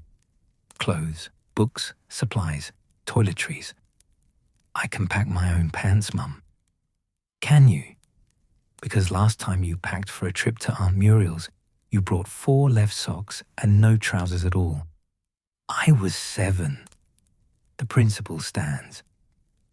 Molly began pulling items from the drawer, examining each with the scrutiny of someone checking for structural integrity. Good Lord, Ronald, these socks have more holes than fabric. When did this happen? They're comfortable. They're rubbish. She tossed them into a pile that Ron suspected was destined for the bin. You're not going to Hogwarts looking like an orphan. People will think we don't take care of you. Mum, I'll mend what can be mended and replace what can't. Her wand was already out, performing diagnostic charms on his meager wardrobe. This jumper's salvageable. These trousers need letting down. You've grown 3 inches since Easter, I swear. This shirt... No, this is Charlie's old Quidditch practice shirt. How did this end up in your drawer? It's comfortable, Ron repeated, a bit defensively. The shirt was worn soft and smelled faintly of broom polish and grass, and wearing it made him feel connected to his dragon-taming brother's glory days. Molly's expression softened. All right, you can keep the shirt. But you're getting proper day clothes, Ronald. I won't have you wandering around the castle looking shabby. She set to work with the focused determination that made her simultaneously the most comforting and most terrifying person in Ron's life.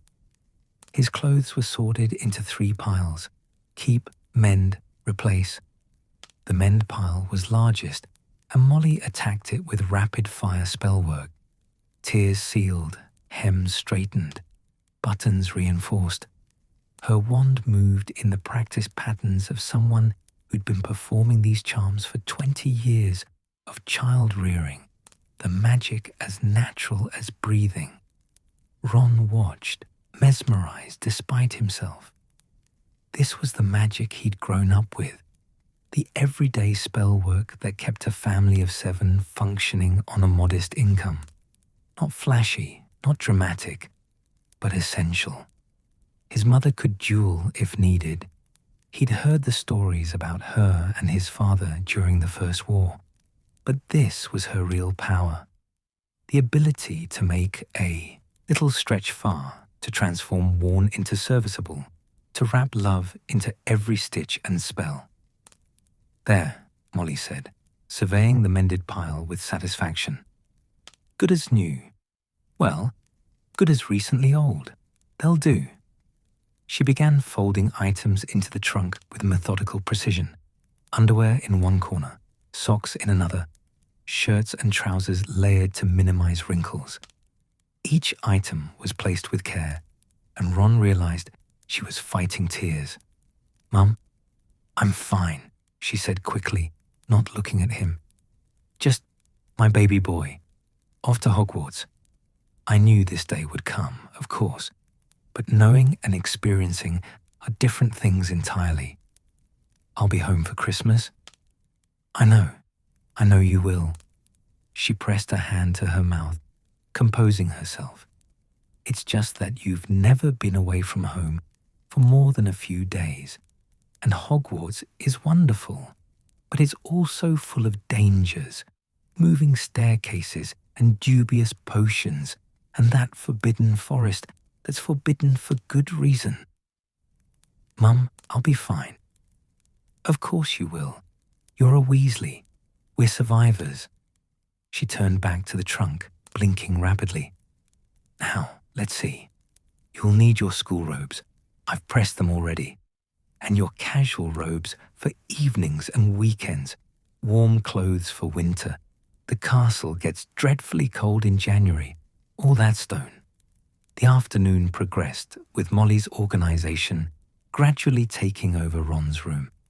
She'd produced lists. Of course, she had lists, and checked off each item with meticulous care. Quills, 3, plus 2 backup. Ink bottles, black, blue, and red for corrections. Parchment, a substantial stack, because you'll use more than you think. His cauldron, pewter, size 2, dented from Bill's time but still functional. Files for potions class, carefully wrapped in soft cloth, and a brass telescope that had seen use by 4 brothers before him, but whose lenses Arthur had recently recharmed to perfect clarity. What about this? Ron held up a small photograph in a cheap frame, a family picture from last summer, everyone squinting in the sun, the twins making faces behind Percy's head. Molly's face crumpled slightly. Oh, sweetheart, of course. You'll want reminders of home. She found a safe corner of the trunk for it, protected by a cushioning charm. Family's important, Ron, especially when you're feeling homesick or overwhelmed. Look at this picture and remember we're all here, proud of you, waiting for you to come home and tell us everything. More items found their way into the trunk as the afternoon wore on. His textbooks, each one labelled with his name in Molly's careful script. A winter cloak that was Percy's hand-me-down, but suited Ron better anyway.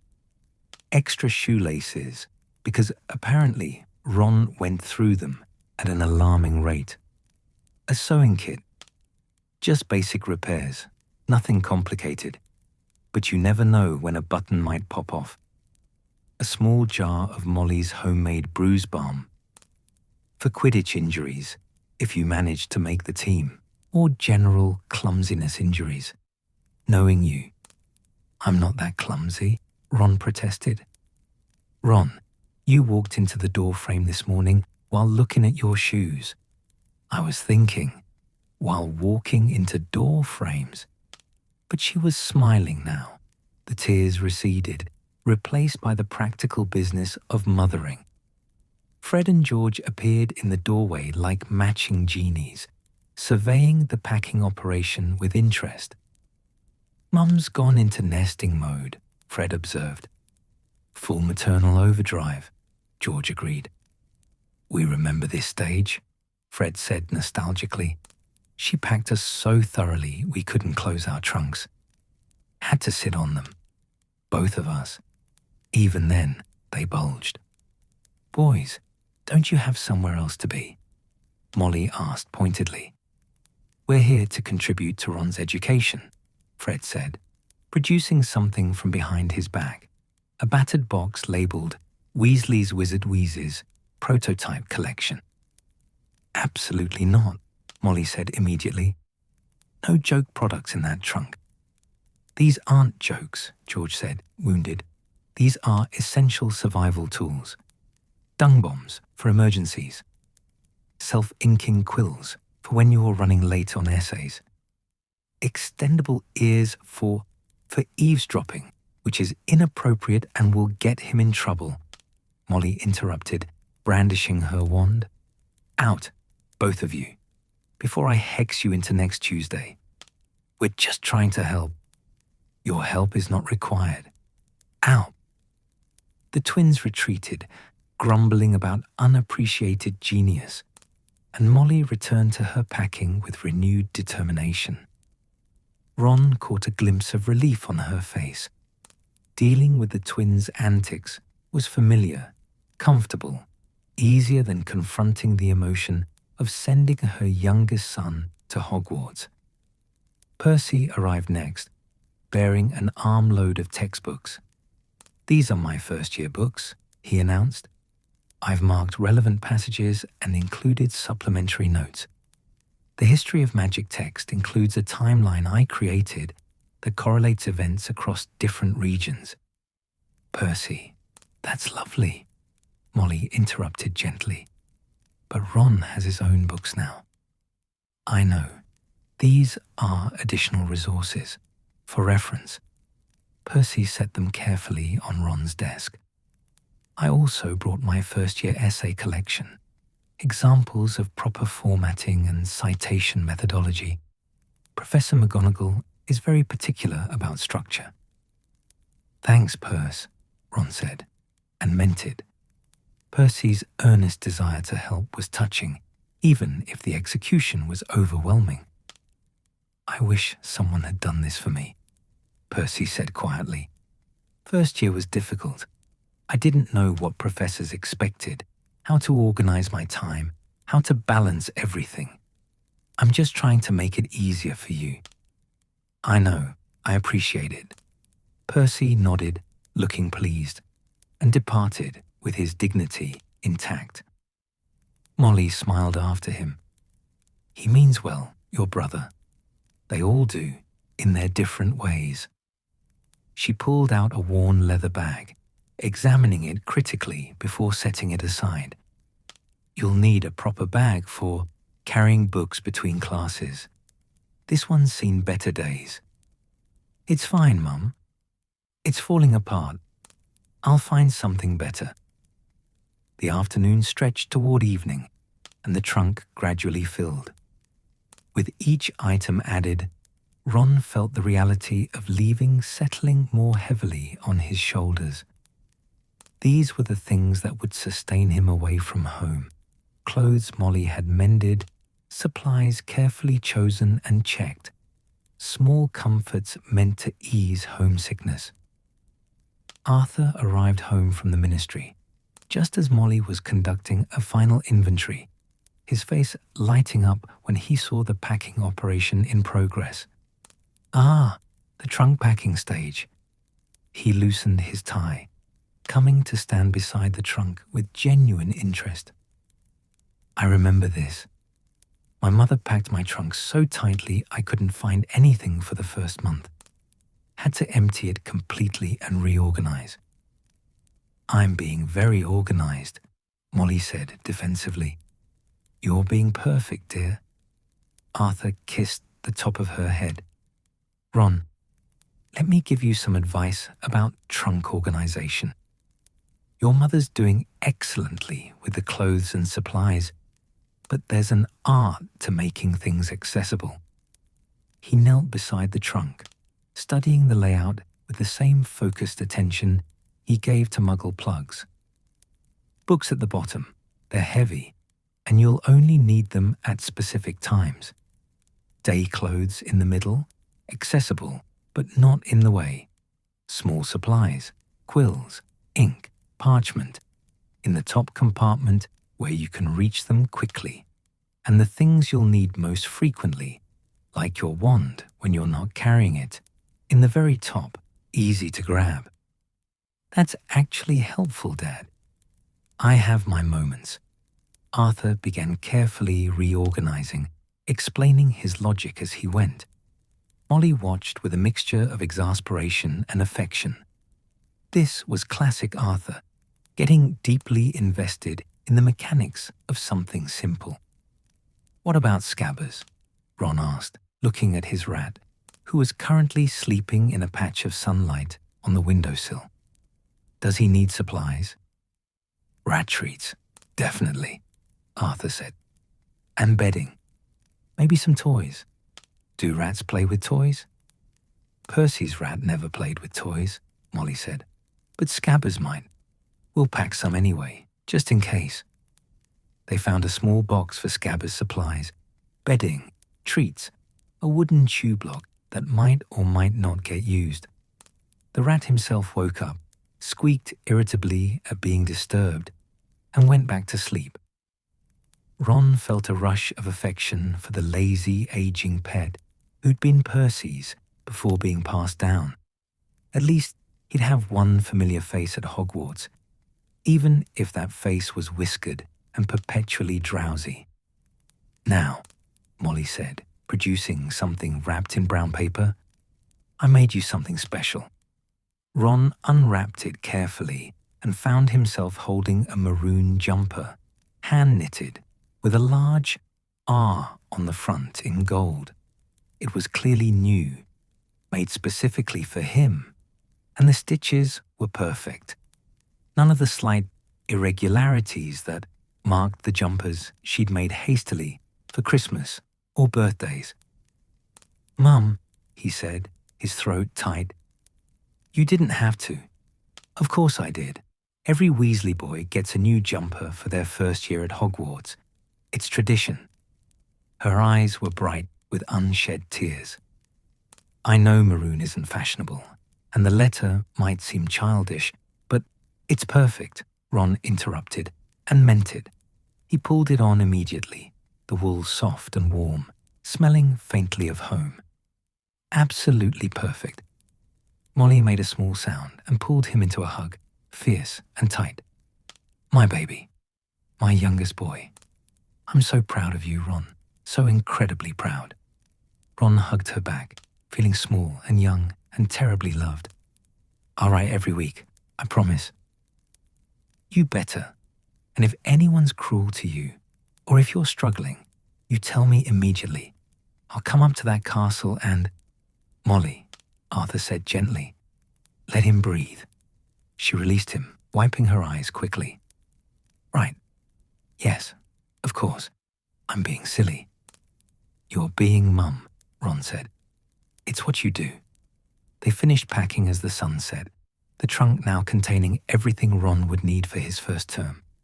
Clothes, books, supplies, photographs, his mother's jumper, his father's organizational logic, his brother's various contributions. Everything layered together, practical and sentimental in equal measure.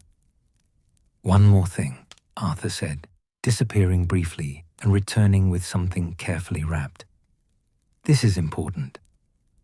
Ron unwrapped it to find a small book, old and worn, titled A Student's Guide to Hogwarts Castle. The cover was battered, the pages dog-eared and annotated in multiple handwritings. "This belonged to your grandfather," Arthur explained. "He gave it to me first year. I used it and added my own notes. Then Bill used it, then Charlie, then Percy. The twins were supposed to get it, but they lost it in the castle, and I only just found it again last month. Don't ask where. It's got maps, shortcuts, advice about professors, warnings about dangerous areas, everything you need to navigate the castle." Ron opened it carefully, seeing his father's young handwriting alongside his grandfather's spidery script, Bill's neat annotations, and Charlie's enthusiastic additions. It was a family grimoire of Hogwarts knowledge, accumulated over generations. Percy didn't add much, Arthur admitted, too worried about breaking rules to properly explore. But the twins added quite a bit before losing it. Most of it probably inadvisable, but interesting. Add your own discoveries, Ron, then pass it to Ginny when it's her turn. "Dad, this is—" Ron couldn't finish. The weight of it, the history, the trust implicit in being given something so valuable. "You're a Weasley," Arthur said simply. "This is your heritage. Use it well." They placed the guide carefully in the trunk's top compartment, easily accessible for quick consultation. Then Arthur performed a lightning charm. "The trunk weighs 1/2 ton now. You'll never manage it otherwise."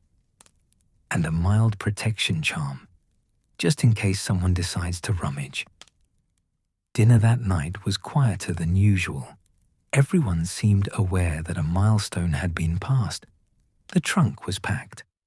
Ron was ready, at least materially. In less than 2 weeks, he'd board the Hogwarts Express, and all this preparation would become reality. Ginny was subdued, pushing food around her plate. Fred and George were uncharacteristically thoughtful. Percy kept glancing at Ron with an expression that might have been nostalgia, or concern, or both. Arthur and Molly held hands under the table, united in their mixture of pride and anxiety. After dinner, Ron returned to his room to find someone had placed a small package on his pillow. Inside was a bag of Honeydukes sweets, chocolate frogs, Bertie Bott's, every flavor beans, pumpkin pasties, enough sugar to sustain him through homesickness. No note, but Ron knew it was from Bill and Charlie, a small offering from brothers who'd already walked this path and remembered what it felt like. He placed the bag carefully in his trunk, then sat on his bed and looked at the now full trunk, his wand box on his nightstand, his new jumper still warming him, the whole room smelling faintly of his mother's protective charms and his father's careful magic. 2 weeks, just 2 more weeks, and this room would be empty of him, waiting for Christmas holidays when he'd return changed, shaped by experiences his family could only remember or imagine. The thought was exhilarating and terrifying in equal measure. Scabbers stirred on the windowsill, squeaking softly. Ron scooped him up, settling the rat on his shoulder, where he immediately curled up and dozed off again. "You and me, Scabbers," Ron said quietly. "Off to Hogwarts, ready or not." The rat, predictably, had no opinion on the matter. Ron changed into his pajamas, noting that even these had been mended, buttons reinforced, tears sealed, and climbed into bed. Through the thin walls, he could hear the familiar sounds of home, the twins arguing about something in hushed whispers, Percy's quill scratching as he wrote yet another letter, his parents' low voices in their room, probably discussing whether they'd forgotten anything, whether Ron would be all right, whether they'd done enough. They had. They'd done more than enough. Ron's trunk held everything he needed and more, each item selected with care, prepared with love, meant to ease his transition from home to castle. But lying there in the darkness, Ron realized the most important things he was taking to Hogwarts weren't in the trunk at all. They were the things his family had spent 11 years instilling in him. Courage from his father, fierce love from his mother, humor from the twins, determination from Percy, confidence from Bill and Charlie, and loyalty from Ginny. Those things couldn't be packed or protected by charms, but they were there, woven into who he was, and they'd sustain him long after the sweets were eaten and the clothes were worn thin. Ron pulled the covers up, warm in his new jumper, and let himself feel ready. Not fearless, not certain, but ready. 2 weeks. He could hardly wait. The days after the trunk packing took on a strange quality, simultaneously dragging and racing, each hour feeling endless, while the calendar pages seemed to flip themselves. Ron found himself caught between wanting September 1st to arrive immediately and wishing it would never come at all. He spent his mornings helping Molly in the garden, pulling gnomes and de-gnoming the cabbage patch, anything to keep his hands busy and his mind from spinning anxious circles. His afternoons were split between the twins' continued training, which had evolved into increasingly absurd scenarios involving blindfolds and obstacle courses, and Percy's earnest tutoring sessions. His evenings were his own, usually spent in his room, reading through his textbooks or studying his grandfather's guide to Hogwarts, memorizing shortcuts and warnings written in 4 different generations' handwriting. 10 days until departure, then 9, then 8. On the evening of the 7th day before term started, Arthur came home from the ministry, looking tired but thoughtful. He found Ron in the garden, sitting under the old oak tree with Scabbers dozing in his lap and the Hogwarts guide open across his knees. "Ron," Arthur said, "walk with me." There was something in his father's voice, not quite serious, not quite casual, that made Ron carefully deposit Scabbers on the grass, where the rat immediately burrowed into the warm earth for a nap, and stand. They walked in comfortable silence toward the far edge of the property, where the neat chaos of the burrow's garden gave way to wild meadow grass and the occasional fairy nest glowing softly in the twilight. Arthur had his hands in his pockets, his face thoughtful in the way that meant he was choosing his words carefully. "Your mother packed your trunk," Arthur finally said. "Yeah, did a brilliant job too. Everything's organized and protected, and—" "She packed it with love," Arthur interrupted gently. "Every item chosen carefully, every charm placed with concern for your safety and comfort. That's how your mother loves, fiercely, practically, by making sure you have everything you need." Ron nodded, not sure where this was going. "I love differently," Arthur continued. "Not better, not worse, just different. Your mother packs trunks and men's clothes and makes sure everyone's fed and warm. I tell stories about muggle plugs and tinker with things I probably shouldn't, and try to prepare my sons for life through awkward conversations that probably mortify everyone involved. Dad, let me finish." Arthur stopped walking, turning to face Ron fully. The setting sun lit his face in shades of gold and amber, highlighting the lines around his eyes, the grey threading through his red hair. He looked suddenly older, and Ron felt a pang of something he couldn't name. "You're my youngest son, Ron, my last boy to go to Hogwarts, and I've been thinking about what I can give you that's meaningful, not just practical, though practical matters, but something that says what I want to say, even though I'm rubbish at saying things properly." He reached into his robes and pulled out a wand. Not Ron's wand, that was safely packed in his trunk, wrapped in soft cloth. This was different, older. The wood was darker, the handle worn smooth by years of use. Ron recognized it immediately, even though he'd only seen it in old photographs. "That's Charlie's wand," Ron said. "His first wand." "His first wand," Arthur confirmed. "Ash and unicorn hair, 12 inches, given to him by Ollivander when he was 11. He used it through his first year, then got his own second hand when this one broke during a particularly enthusiastic Quidditch practice. I remember. He wrote home about it, said he'd nearly cried when it snapped." "He did cry," Arthur said softly. "I was there for the holiday when it happened. He was devastated. But then he got a replacement, and life went on, and this poor broken wand sat in a drawer for years." Arthur held the wand up to the fading light. "I repaired it last month. Not perfectly. Once a wand's core is damaged, it never quite recovers. It won't be as powerful as it once was, won't respond as precisely. But it works. I've tested it. And I thought—" He paused, choosing words. "I thought you should have it."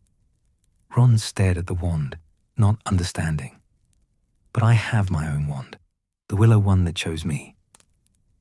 "I know. And that's your proper wand, your true wand.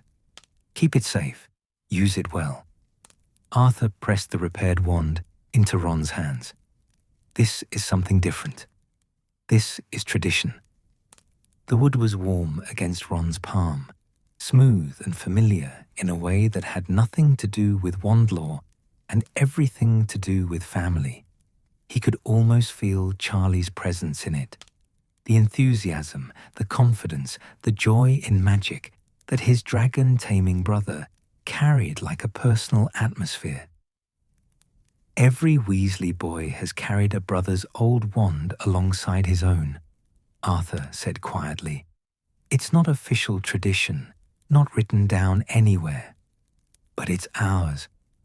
Mine was my older brother's, Fabian's, before he died in the war. I carried it through Hogwarts even though I had my own. It made me feel connected to him, like he was watching over me. Ron's throat went tight. He'd heard about Fabian and Gideon Privet, his mother's brothers, war heroes, killed by Death Eaters. Family lost before Ron was even born. Bill carried our father's old wand, Arthur continued. Charlie carried Bill's first wand after Bill upgraded. Percy carried Charlie's, this one actually, until it broke. Then he carried one of Bill's backups. The twins carry matched wands from a distant cousin who died young. So it's like, Ron struggled for words, like carrying family with you. Exactly that. Arthur's smile was sad and proud simultaneously. You'll have your own wand, the one that chose you, that's bonded to your magic. That's yours alone, and it's powerful and important. But this, he closed Ron's fingers around Charlie's old wand. This connects you to the Weasleys who came before, to the fact that you're not alone, even when you're far from home. Your brothers walked these halls. Their magic touched these stones. In some small way, they're still there. Ron looked down at the wand in his hand, feeling the weight of it. Not physical weight, but something deeper. History, legacy, the accumulated experience of brothers who'd survived Hogwarts and come home changed but whole. Will it work for me? He asked. Since it was Charlie's. It won't be perfect, Arthur admitted. Wands are particular about their owners, but I've keyed it to Weasley blood. Anyone in our family can use it in emergencies, for basic spells.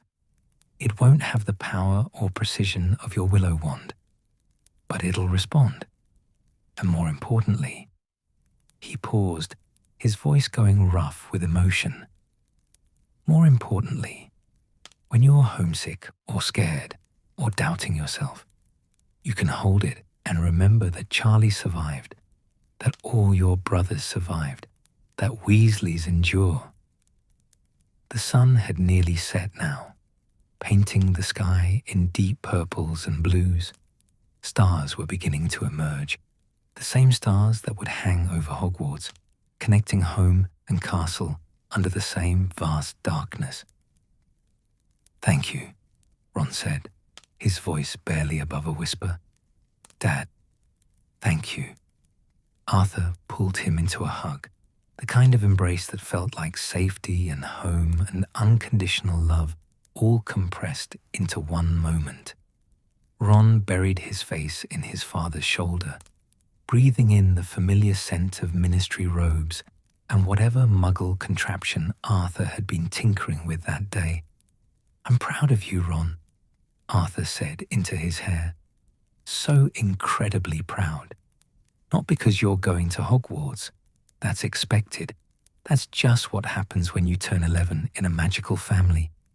But because of who you are, kind and loyal and braver than you think you are. You're going to do wonderfully, son. I know it. What if I'm not, though? Ron's voice came muffled against Arthur's shoulder. What if I'm just ordinary? Just another Weasley, nothing special, nothing memorable. Arthur pulled back, hands on Ron's shoulders, looking at him with such fierce intensity that Ron couldn't look away. Ronald Bilious Weasley, listen to me. There is no such thing as just another Weasley. Each of my sons is extraordinary in their own way. Bill with his brilliance and charm. Charlie with his courage and joy. Percy with his determination and principles. Fred and George with their creativity and humor. And you, his voice cracked slightly. You with your heart, Ron. Your enormous, generous, loyal heart. That's your gift. That's what makes you special. Hearts don't win house cups or make the Quidditch team, Ron muttered. No, but they make friends. They build communities. They create the kind of life worth living. Arthur squeezed his shoulders gently. Your brothers have done impressive things. Head boy, Quidditch captain, top marks, successful careers. But do you know what I'm most proud of?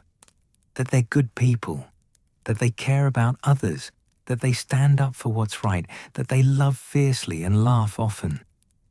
Success without character is empty, Ron. Remember that. Ron nodded, the lump in his throat making speech impossible.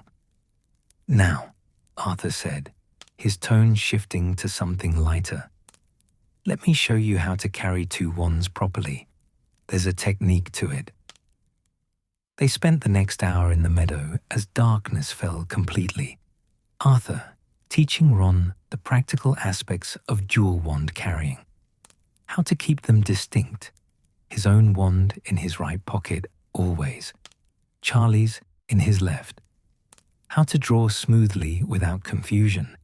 Simple spells to practice. Feeling the difference between the wand's responses.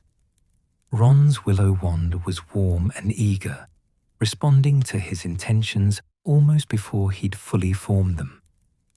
Charlie's repaired ash wand was cooler, more hesitant, but still functional.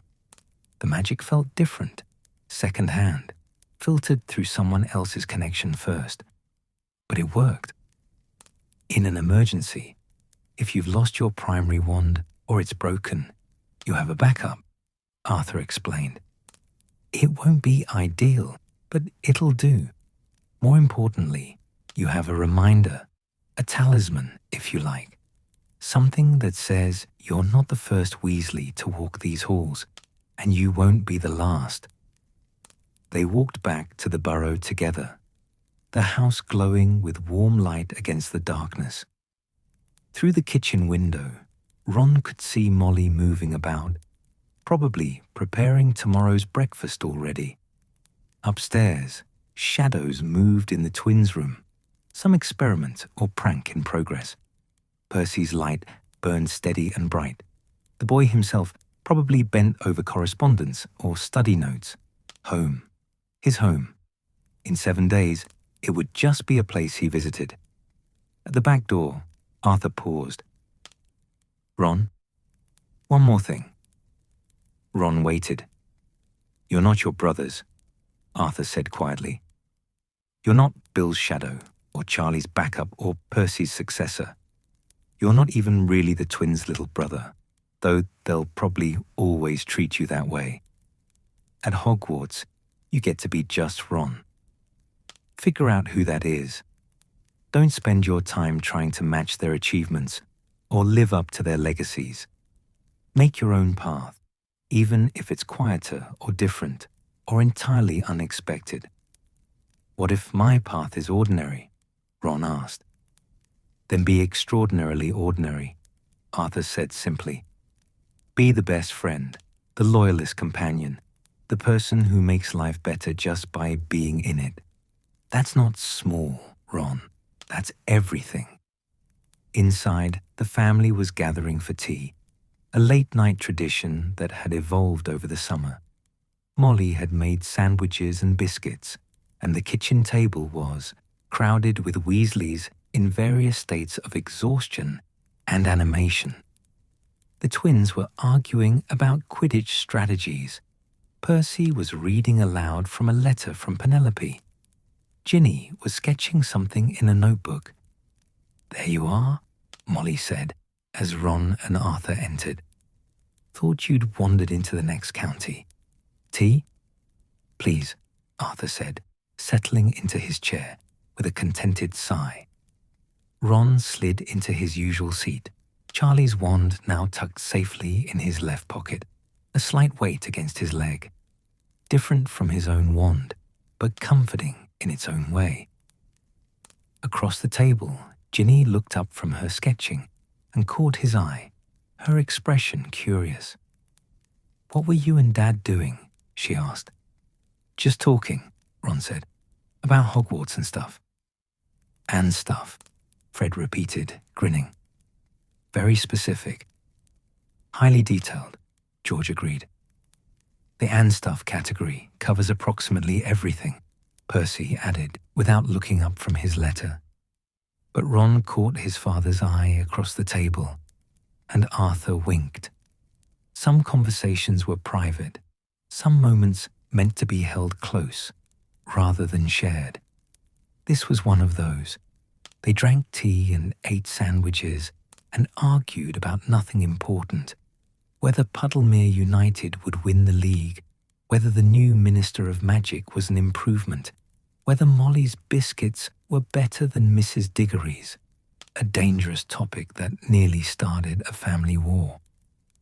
Normal evening conversation, the comfortable chaos of people who'd lived together so long that silence was as acceptable as speech. But Ron felt different. The wand in his pocket, his father's words settling into his chest, the knowledge that in 7 days everything would change, it all combined into a feeling he couldn't quite name. Not quite readiness, not quite fear. Something in between, something like standing on the edge of something vast and unknown and choosing to step forward anyway. Later, after tea, after the family had dispersed to their various rooms, after the burrow had settled into its nightly creaks and sighs, Ron sat on his bed and held both wands. His willow wand in his right hand, 14 inches, unicorn hair, loyal heart. The wand that had chosen him, that saw something in him worth selecting. It hummed softly against his palm, warm and responsive, ready for whatever came next. Charlie's ash wand in his left hand, 12 inches, repaired and repurposed, carrying history and heritage. Not as powerful, not as perfectly matched, but meaningful in ways that had nothing to do with magical capacity. It felt solid and grounding, a reminder of brothers who'd walked this path before him. 2 wands, 2 aspects of who he was. The individual with his own magic and destiny, and the Weasley boy carrying family legacy forward. Ron practiced drawing them, getting comfortable with the weight and position, until the movements felt natural. Right pocket, left pocket, his own, his brother's, new and old, personal and inherited. "What is Hua?" "You think, Scabbers?" Ron asked the rat, who'd emerged from wherever he'd been sleeping to investigate the activity. Scabbers, predictably, had no opinion. He sniffed both wands with vague interest, decided neither was food, and curled up on Ron's pillow to resume sleeping. Ron smiled despite himself. At least one constant would remain unchanged. His rat would continue being utterly useless and completely unconcerned with anything beyond his next nap and meal. The night outside was dark and clear, stars brilliant against the blackness. In 7 days, Ron would see those stars from a different window, in a different bed, surrounded by strangers who would become friends or rivals or something in between. The thought still terrified him. But he had his wands, both of them. He had his trunk packed with care and love. He had his family's stories and advice and contradictory wisdom. He had his name, his heritage, and his own uncertain but genuine desire to find out who he could become. 7 days. Ron tucked both wands carefully under his pillow, where he could reach them if needed, where they'd be close while he slept, and lay down. Through the walls, he could hear the familiar sounds of home. The burrow settling, his family sleeping, the world turning toward tomorrow, and the tomorrow after that, and eventually, towards September 1st and platform 9 3/4, he was ready. Well, not ready exactly, but as ready as he could be, which would have to be enough. Outside, the stars wheeled overhead, and somewhere in the distance, Hogwarts Castle stood waiting. Ancient stones and moving staircases and secrets accumulated over 1,000 years. In 7 days, Ron Weasley would walk through those doors carrying 2 wands, 1 trunk, and all the love and hope and anxiety his family had instilled in him. It would be enough. It would have to be enough. And maybe, just maybe, it would be more than enough. Ron closed his eyes and let sleep take him, his hands tucked under his pillow, fingers resting lightly on 2 wands that represented past and future, heritage and possibility, everything he'd been and everything he might become. 7 days, he thought as he drifted off. Just 7 more days. The last day arrived with cruel swiftness, dawn breaking over the burrow, with the kind of golden September light that made everything look both beautiful and heartbreaking.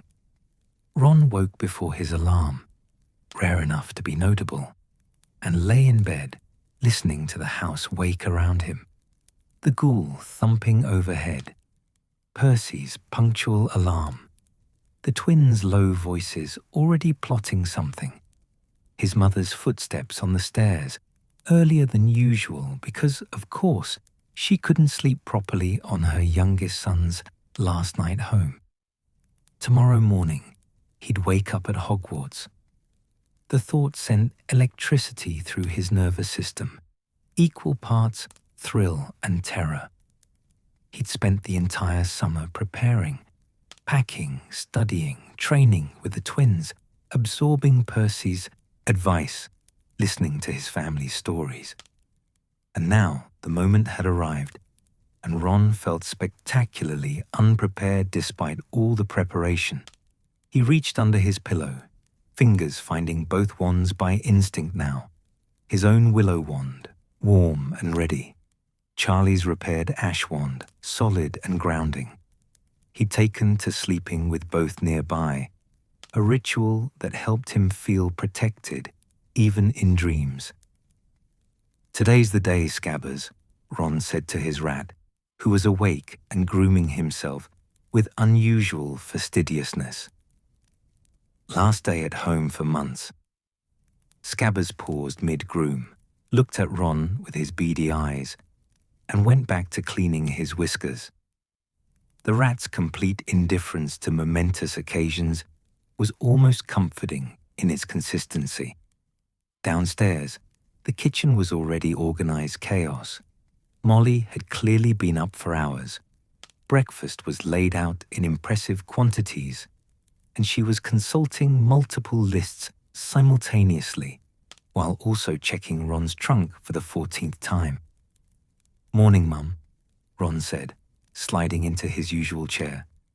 "Oh, Ron, good, you're up. Sit, eat. You need a proper breakfast. Not tomorrow's breakfast on the train, a real breakfast. I've made eggs and bacon and toast and porridge and... Did you sleep well? You look tired. Are you tired? Maybe you should rest today instead of... No, that's silly. You're too excited to rest. I remember when Bill left for his first year. I couldn't sit still all day. Kept finding things to clean and organize and... Molly, Arthur said gently, entering the kitchen with his hair askew and his glasses crooked. Breathe, love. I'm breathing perfectly fine, Molly said, but she took a breath anyway. I just want everything to be perfect. His last day home before... Her voice cracked slightly. I'll be back at Christmas, Ron reminded her. 3 months, that's not so long. 3 months and 4 days, Molly corrected, and Ron realized she'd been counting. His chest went tight with love and guilt in equal measure. Breakfast was consumed in relative quiet, everyone seeming to feel the weight of the day. Even the twins were subdued, though they kept shooting Ron looks that suggested plans in motion.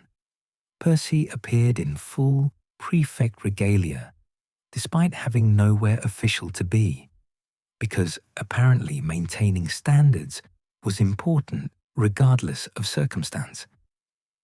Ginny was pale and silent, pushing food around her plate without eating. "Right," Arthur announced, once breakfast dishes were cleared. "I've taken the day off work. Thought we might do something as a family. One last hurrah before Ron leaves." "Like what?" Fred asked. "I was thinking the orchard," Arthur said. "Weather's perfect. We could have a picnic, maybe some flying." "I'll pack lunch," Molly interrupted, already moving toward the pantry with renewed purpose. Having a task helped her, Ron realized. Action was easier than sitting with emotion. The Weasley family orchard was a 15-minute walk from the burrow, a wild tangle of apple and pear trees that had been in the family for generations. The fruit was never quite perfect, misshapen, oddly colored, occasionally developing unexpected magical properties. But it was theirs, and it had been the setting for countless family memories. They walked together in the loose formation, Arthur and Molly leading with the picnic basket levitating between them, the twins ranging ahead like scouts, Percy bringing up the rear with a book he was pretending to read, Ron and Ginny in the middle. "Are you scared?" Ginny asked quietly, once they were far enough from the others to speak privately. "Terrified," Ron admitted, "but excited too." "Yeah, that seems right." She kicked a stone, sending it skittering down the path. "I'm jealous, you know, but I'm also happy for you." Both things at once. Is that weird? No. I think that's just what it feels like when someone you care about goes somewhere you can't follow yet. Ron bumped her shoulder gently. "Next year, and we'll both be there." "Next year," Ginny repeated, like a promise to herself. The orchard was exactly as Ron remembered, dappled sunlight through twisted branches, the smell of ripe fruit and wild grass, bees droning lazily between blossoms that should have finished blooming months ago, but persisted anyway through some gentle Weasley magic. It felt like stepping into a memory, or maybe creating one that would sustain him through the coming months. Molly spread blankets in the clearest space, while Arthur performed minor maintenance charms on the more aggressive trees. Some of the apples had developed a tendency to drop on unsuspecting heads, and while amusing, it wasn't ideal for a peaceful picnic. "Right then," Fred announced, producing a quaffle from apparently nowhere. "Who's up for a game?" They played a chaotic version of Quidditch with improvised rules and insufficient players. Ron and Ginny versus Fred and George, while Percy reluctantly agreed to referee, and Arthur played keeper for whichever side was losing. Molly watched from the blankets, alternating between cheering and warning about injuries, occasionally using her wand to prevent collisions or cushion falls. Ron flew on one of the family brooms, an old shooting star that had seen better decades but still flew true, and felt the familiar rush of wind and freedom. Up here, above the worries and the anxiety, there was just the game and the sky, and his family's laughter echoing through the orchard. He dove and soared, chased the quaffle, scored twice through the makeshift goals, jumpers tied to branches, and felt purely, simply happy. "Nice shot," Charlie's voice came from below, and Ron nearly fell off his broom in surprise. Charlie stood at the edge of the orchard with Bill beside him, both grinning up at the airborne chaos. They must have apparated in, technically illegal this close to the burrow, but rules bent for family occasions. "You came," Ron called, descending rapidly and dismounting with less grace than intended. "Of course we came," Bill said, pulling Ron into a hug. "Couldn't let you leave for Hogwarts without a proper send-off." "We've been planning this for weeks," Charlie added. "Mum and Dad helped coordinate." Ron looked at his parents, who were trying and failing to look innocent. "You knew?"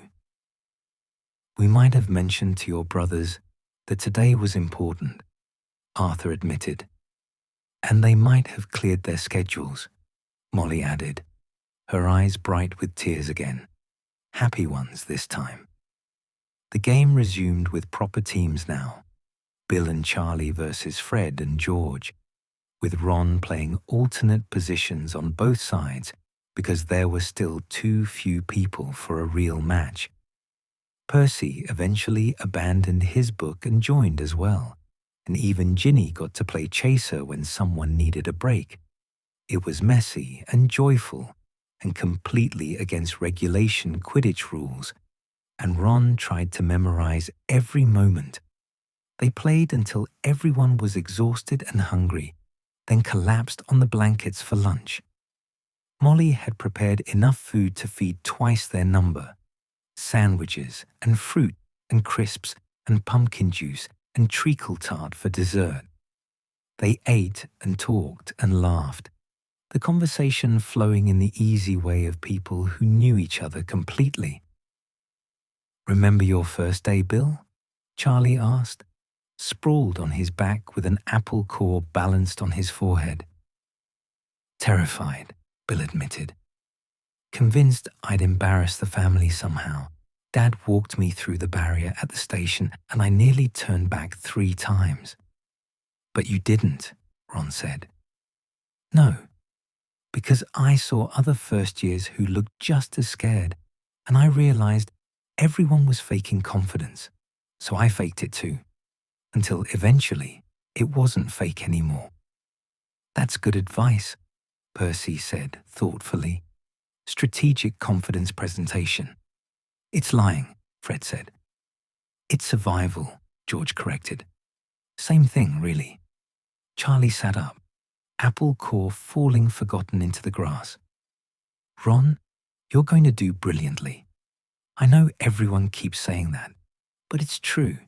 You've got good instincts, you're loyal as they come, and you've survived growing up with 5 brothers. Hogwarts will be easy by comparison." "Hear, hear," Bill agreed, raising his pumpkin juice in salute. The afternoon drifted on in comfortable laziness. Fred and George taught Ginny some basic Quidditch strategies, promising she'd make the house team first year if she practiced.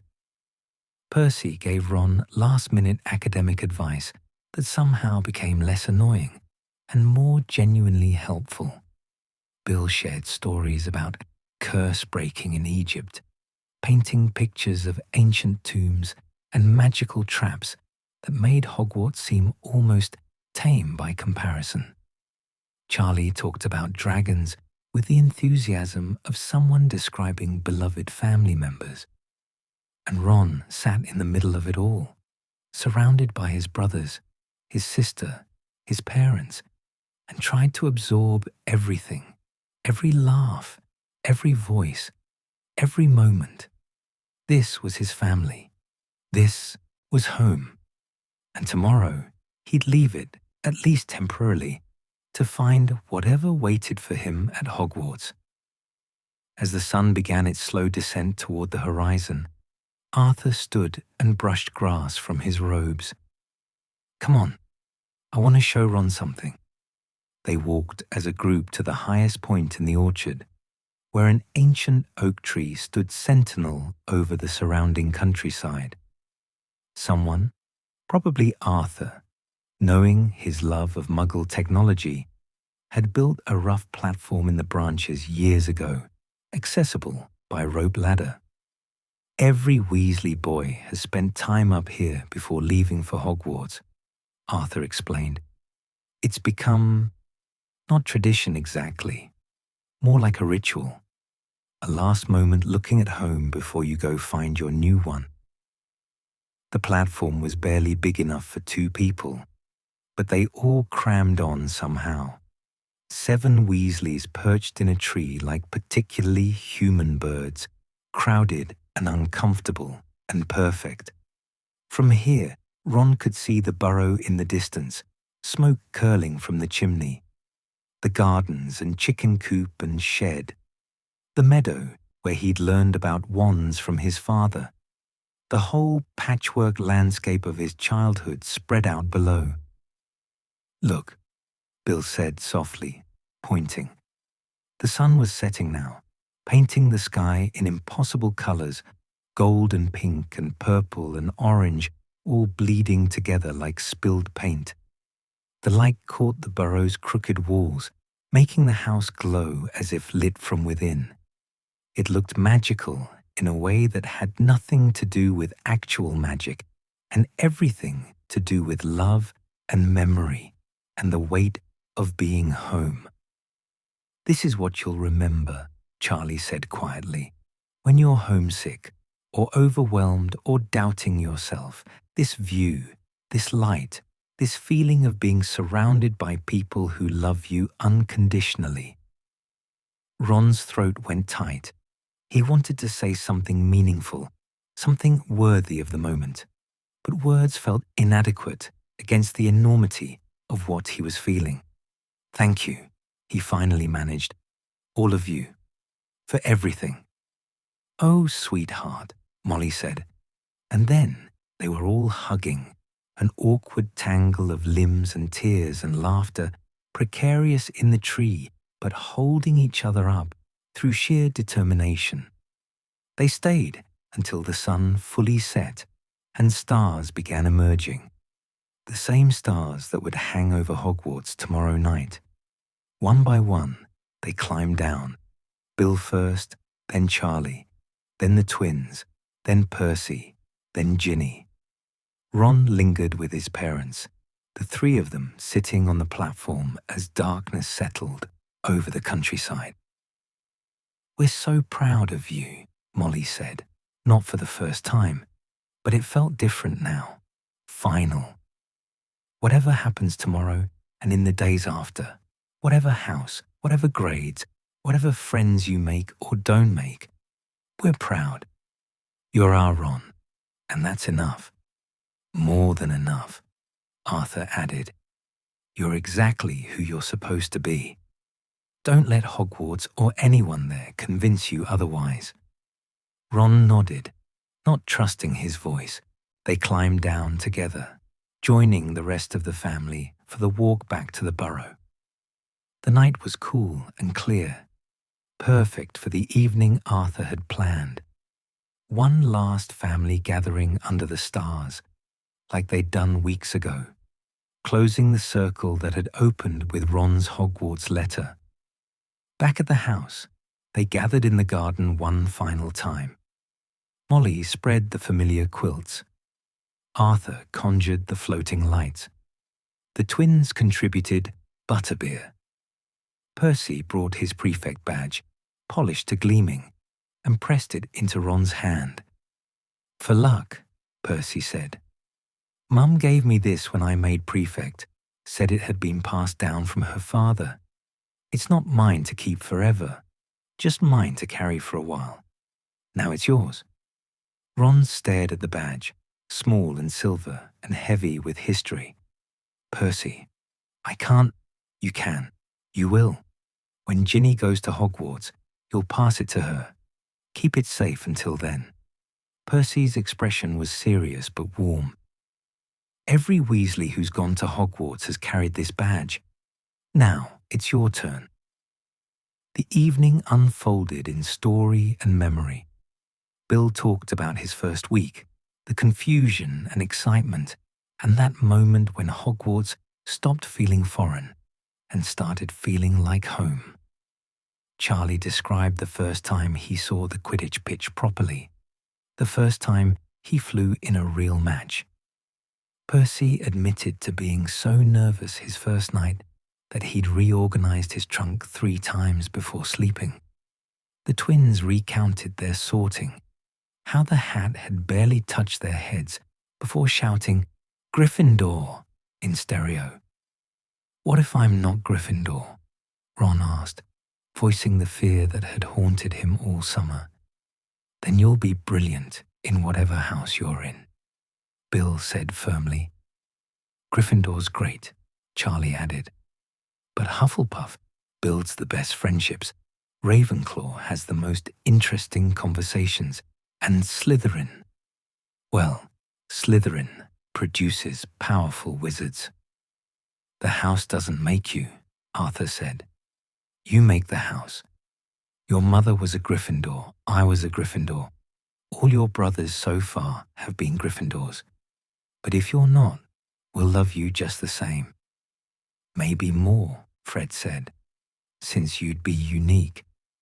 "A trailblazer," George agreed. "The first Weasley Hufflepuff, or Ravenclaw, or Slytherin, though Mum might have heart palpitations." "Boys," Molly warned, but she was smiling through tears. They talked deep into the night, past when Ginny fell asleep against Bill's shoulder, past when Percy's voice went hoarse from advice-giving, past when even the twins ran out of stories to tell. Finally, reluctantly, they began moving inside. Tomorrow would come early, and the train to London wouldn't wait. Ron lingered in the garden with his father while the others drifted to bed, the floating lights dimming one by one. "Scared?" Arthur asked. "Terrified?" "Good. Means you're paying attention." Arthur put an arm around Ron's shoulders.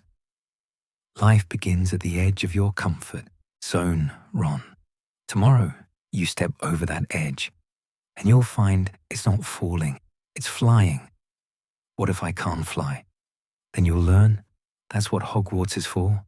Learning not just magic, but who you are and who you want to become." Arthur squeezed his shoulder gently. "I love you, son. No matter what happens tomorrow or any day after. You're my boy, and I'm proud to be your father." Ron buried his face in his dad's shoulder, feeling 11 and small and overwhelmed. "I love you too, Dad." They stood there for a long moment, father and son under stars that had watched generations of Weasleys grow up and leave home and return changed but whole. Finally, Arthur said, "Bed. You need sleep, and I need to stop being sentimental before your mother finds me crying in the garden and never lets me live it down." Ron laughed wetly and followed his father inside. His room looked the same, but felt different. The trunk by the door, packed and ready, Scabbers in his traveling cage, awake and restless, as if he sensed tomorrow's journey. Ron's school robes hanging on the wardrobe, pressed and waiting. Everything prepared, everything ready. Ron changed into pajamas, checked his wands one last time, both present, both functional, and climbed into bed. Sleep felt impossible, his mind racing with everything tomorrow would bring. The train, the castle, the sorting, classes, strangers who would become friends or rivals or both. A soft knock at his door. "Ron," Ginny's voice, small in the darkness. "Come in." She slipped into his room, closing the door quietly behind her. "Can't sleep? Not even a little bit." "Me neither." She climbed onto his bed without asking, settling cross-legged beside him. "Tell me what you're thinking." "That everything's about to change." "Yeah." "That I'm excited and terrified, and I don't know which feeling is winning." "Sounds about right." They sat in comfortable silence, siblings who'd shared a childhood and were about to spend months apart for the first time ever. "Write me everything," Ginny said, finally. "I know I keep saying it, but I mean it. what the train smells like, what the castle sounds like, whether the food really is as good as everyone says, what house you're in, who you sit with, if the ghosts are scary or friendly. Everything, Ron. Promise. I promise. Good. She hugged him quickly, fiercely. You're going to be amazing. I know it. And next year, I'll be there too, and you can show me everything. After she left, Ron lay in the darkness and let himself feel everything. The fear, the excitement, the love, the uncertainty. Tomorrow, he'd board the Hogwarts Express. He'd be sorted into a house. He'd begin the journey from Ron Weasley, youngest boy at home, to whoever he'd become in that ancient castle. But tonight, for these last hours, he was still just Ron, still home, still surrounded by the love and chaos and impossible warmth of his family. He closed his eyes, hands tucked under his pillow, fingers finding both wands by instinct. Tomorrow, he thought, tomorrow everything begins. And with that thought, finally, Ron Weasley slept. Outside his window, the stars wheeled overhead, the same stars that hung over Hogwarts, connecting home and castle and every point between. The burrow settled into its nightly creaks and sighs, holding one more night of childhood before releasing its youngest son to the world beyond. Tomorrow would come soon enough. But tonight, Ron was home, and that was enough.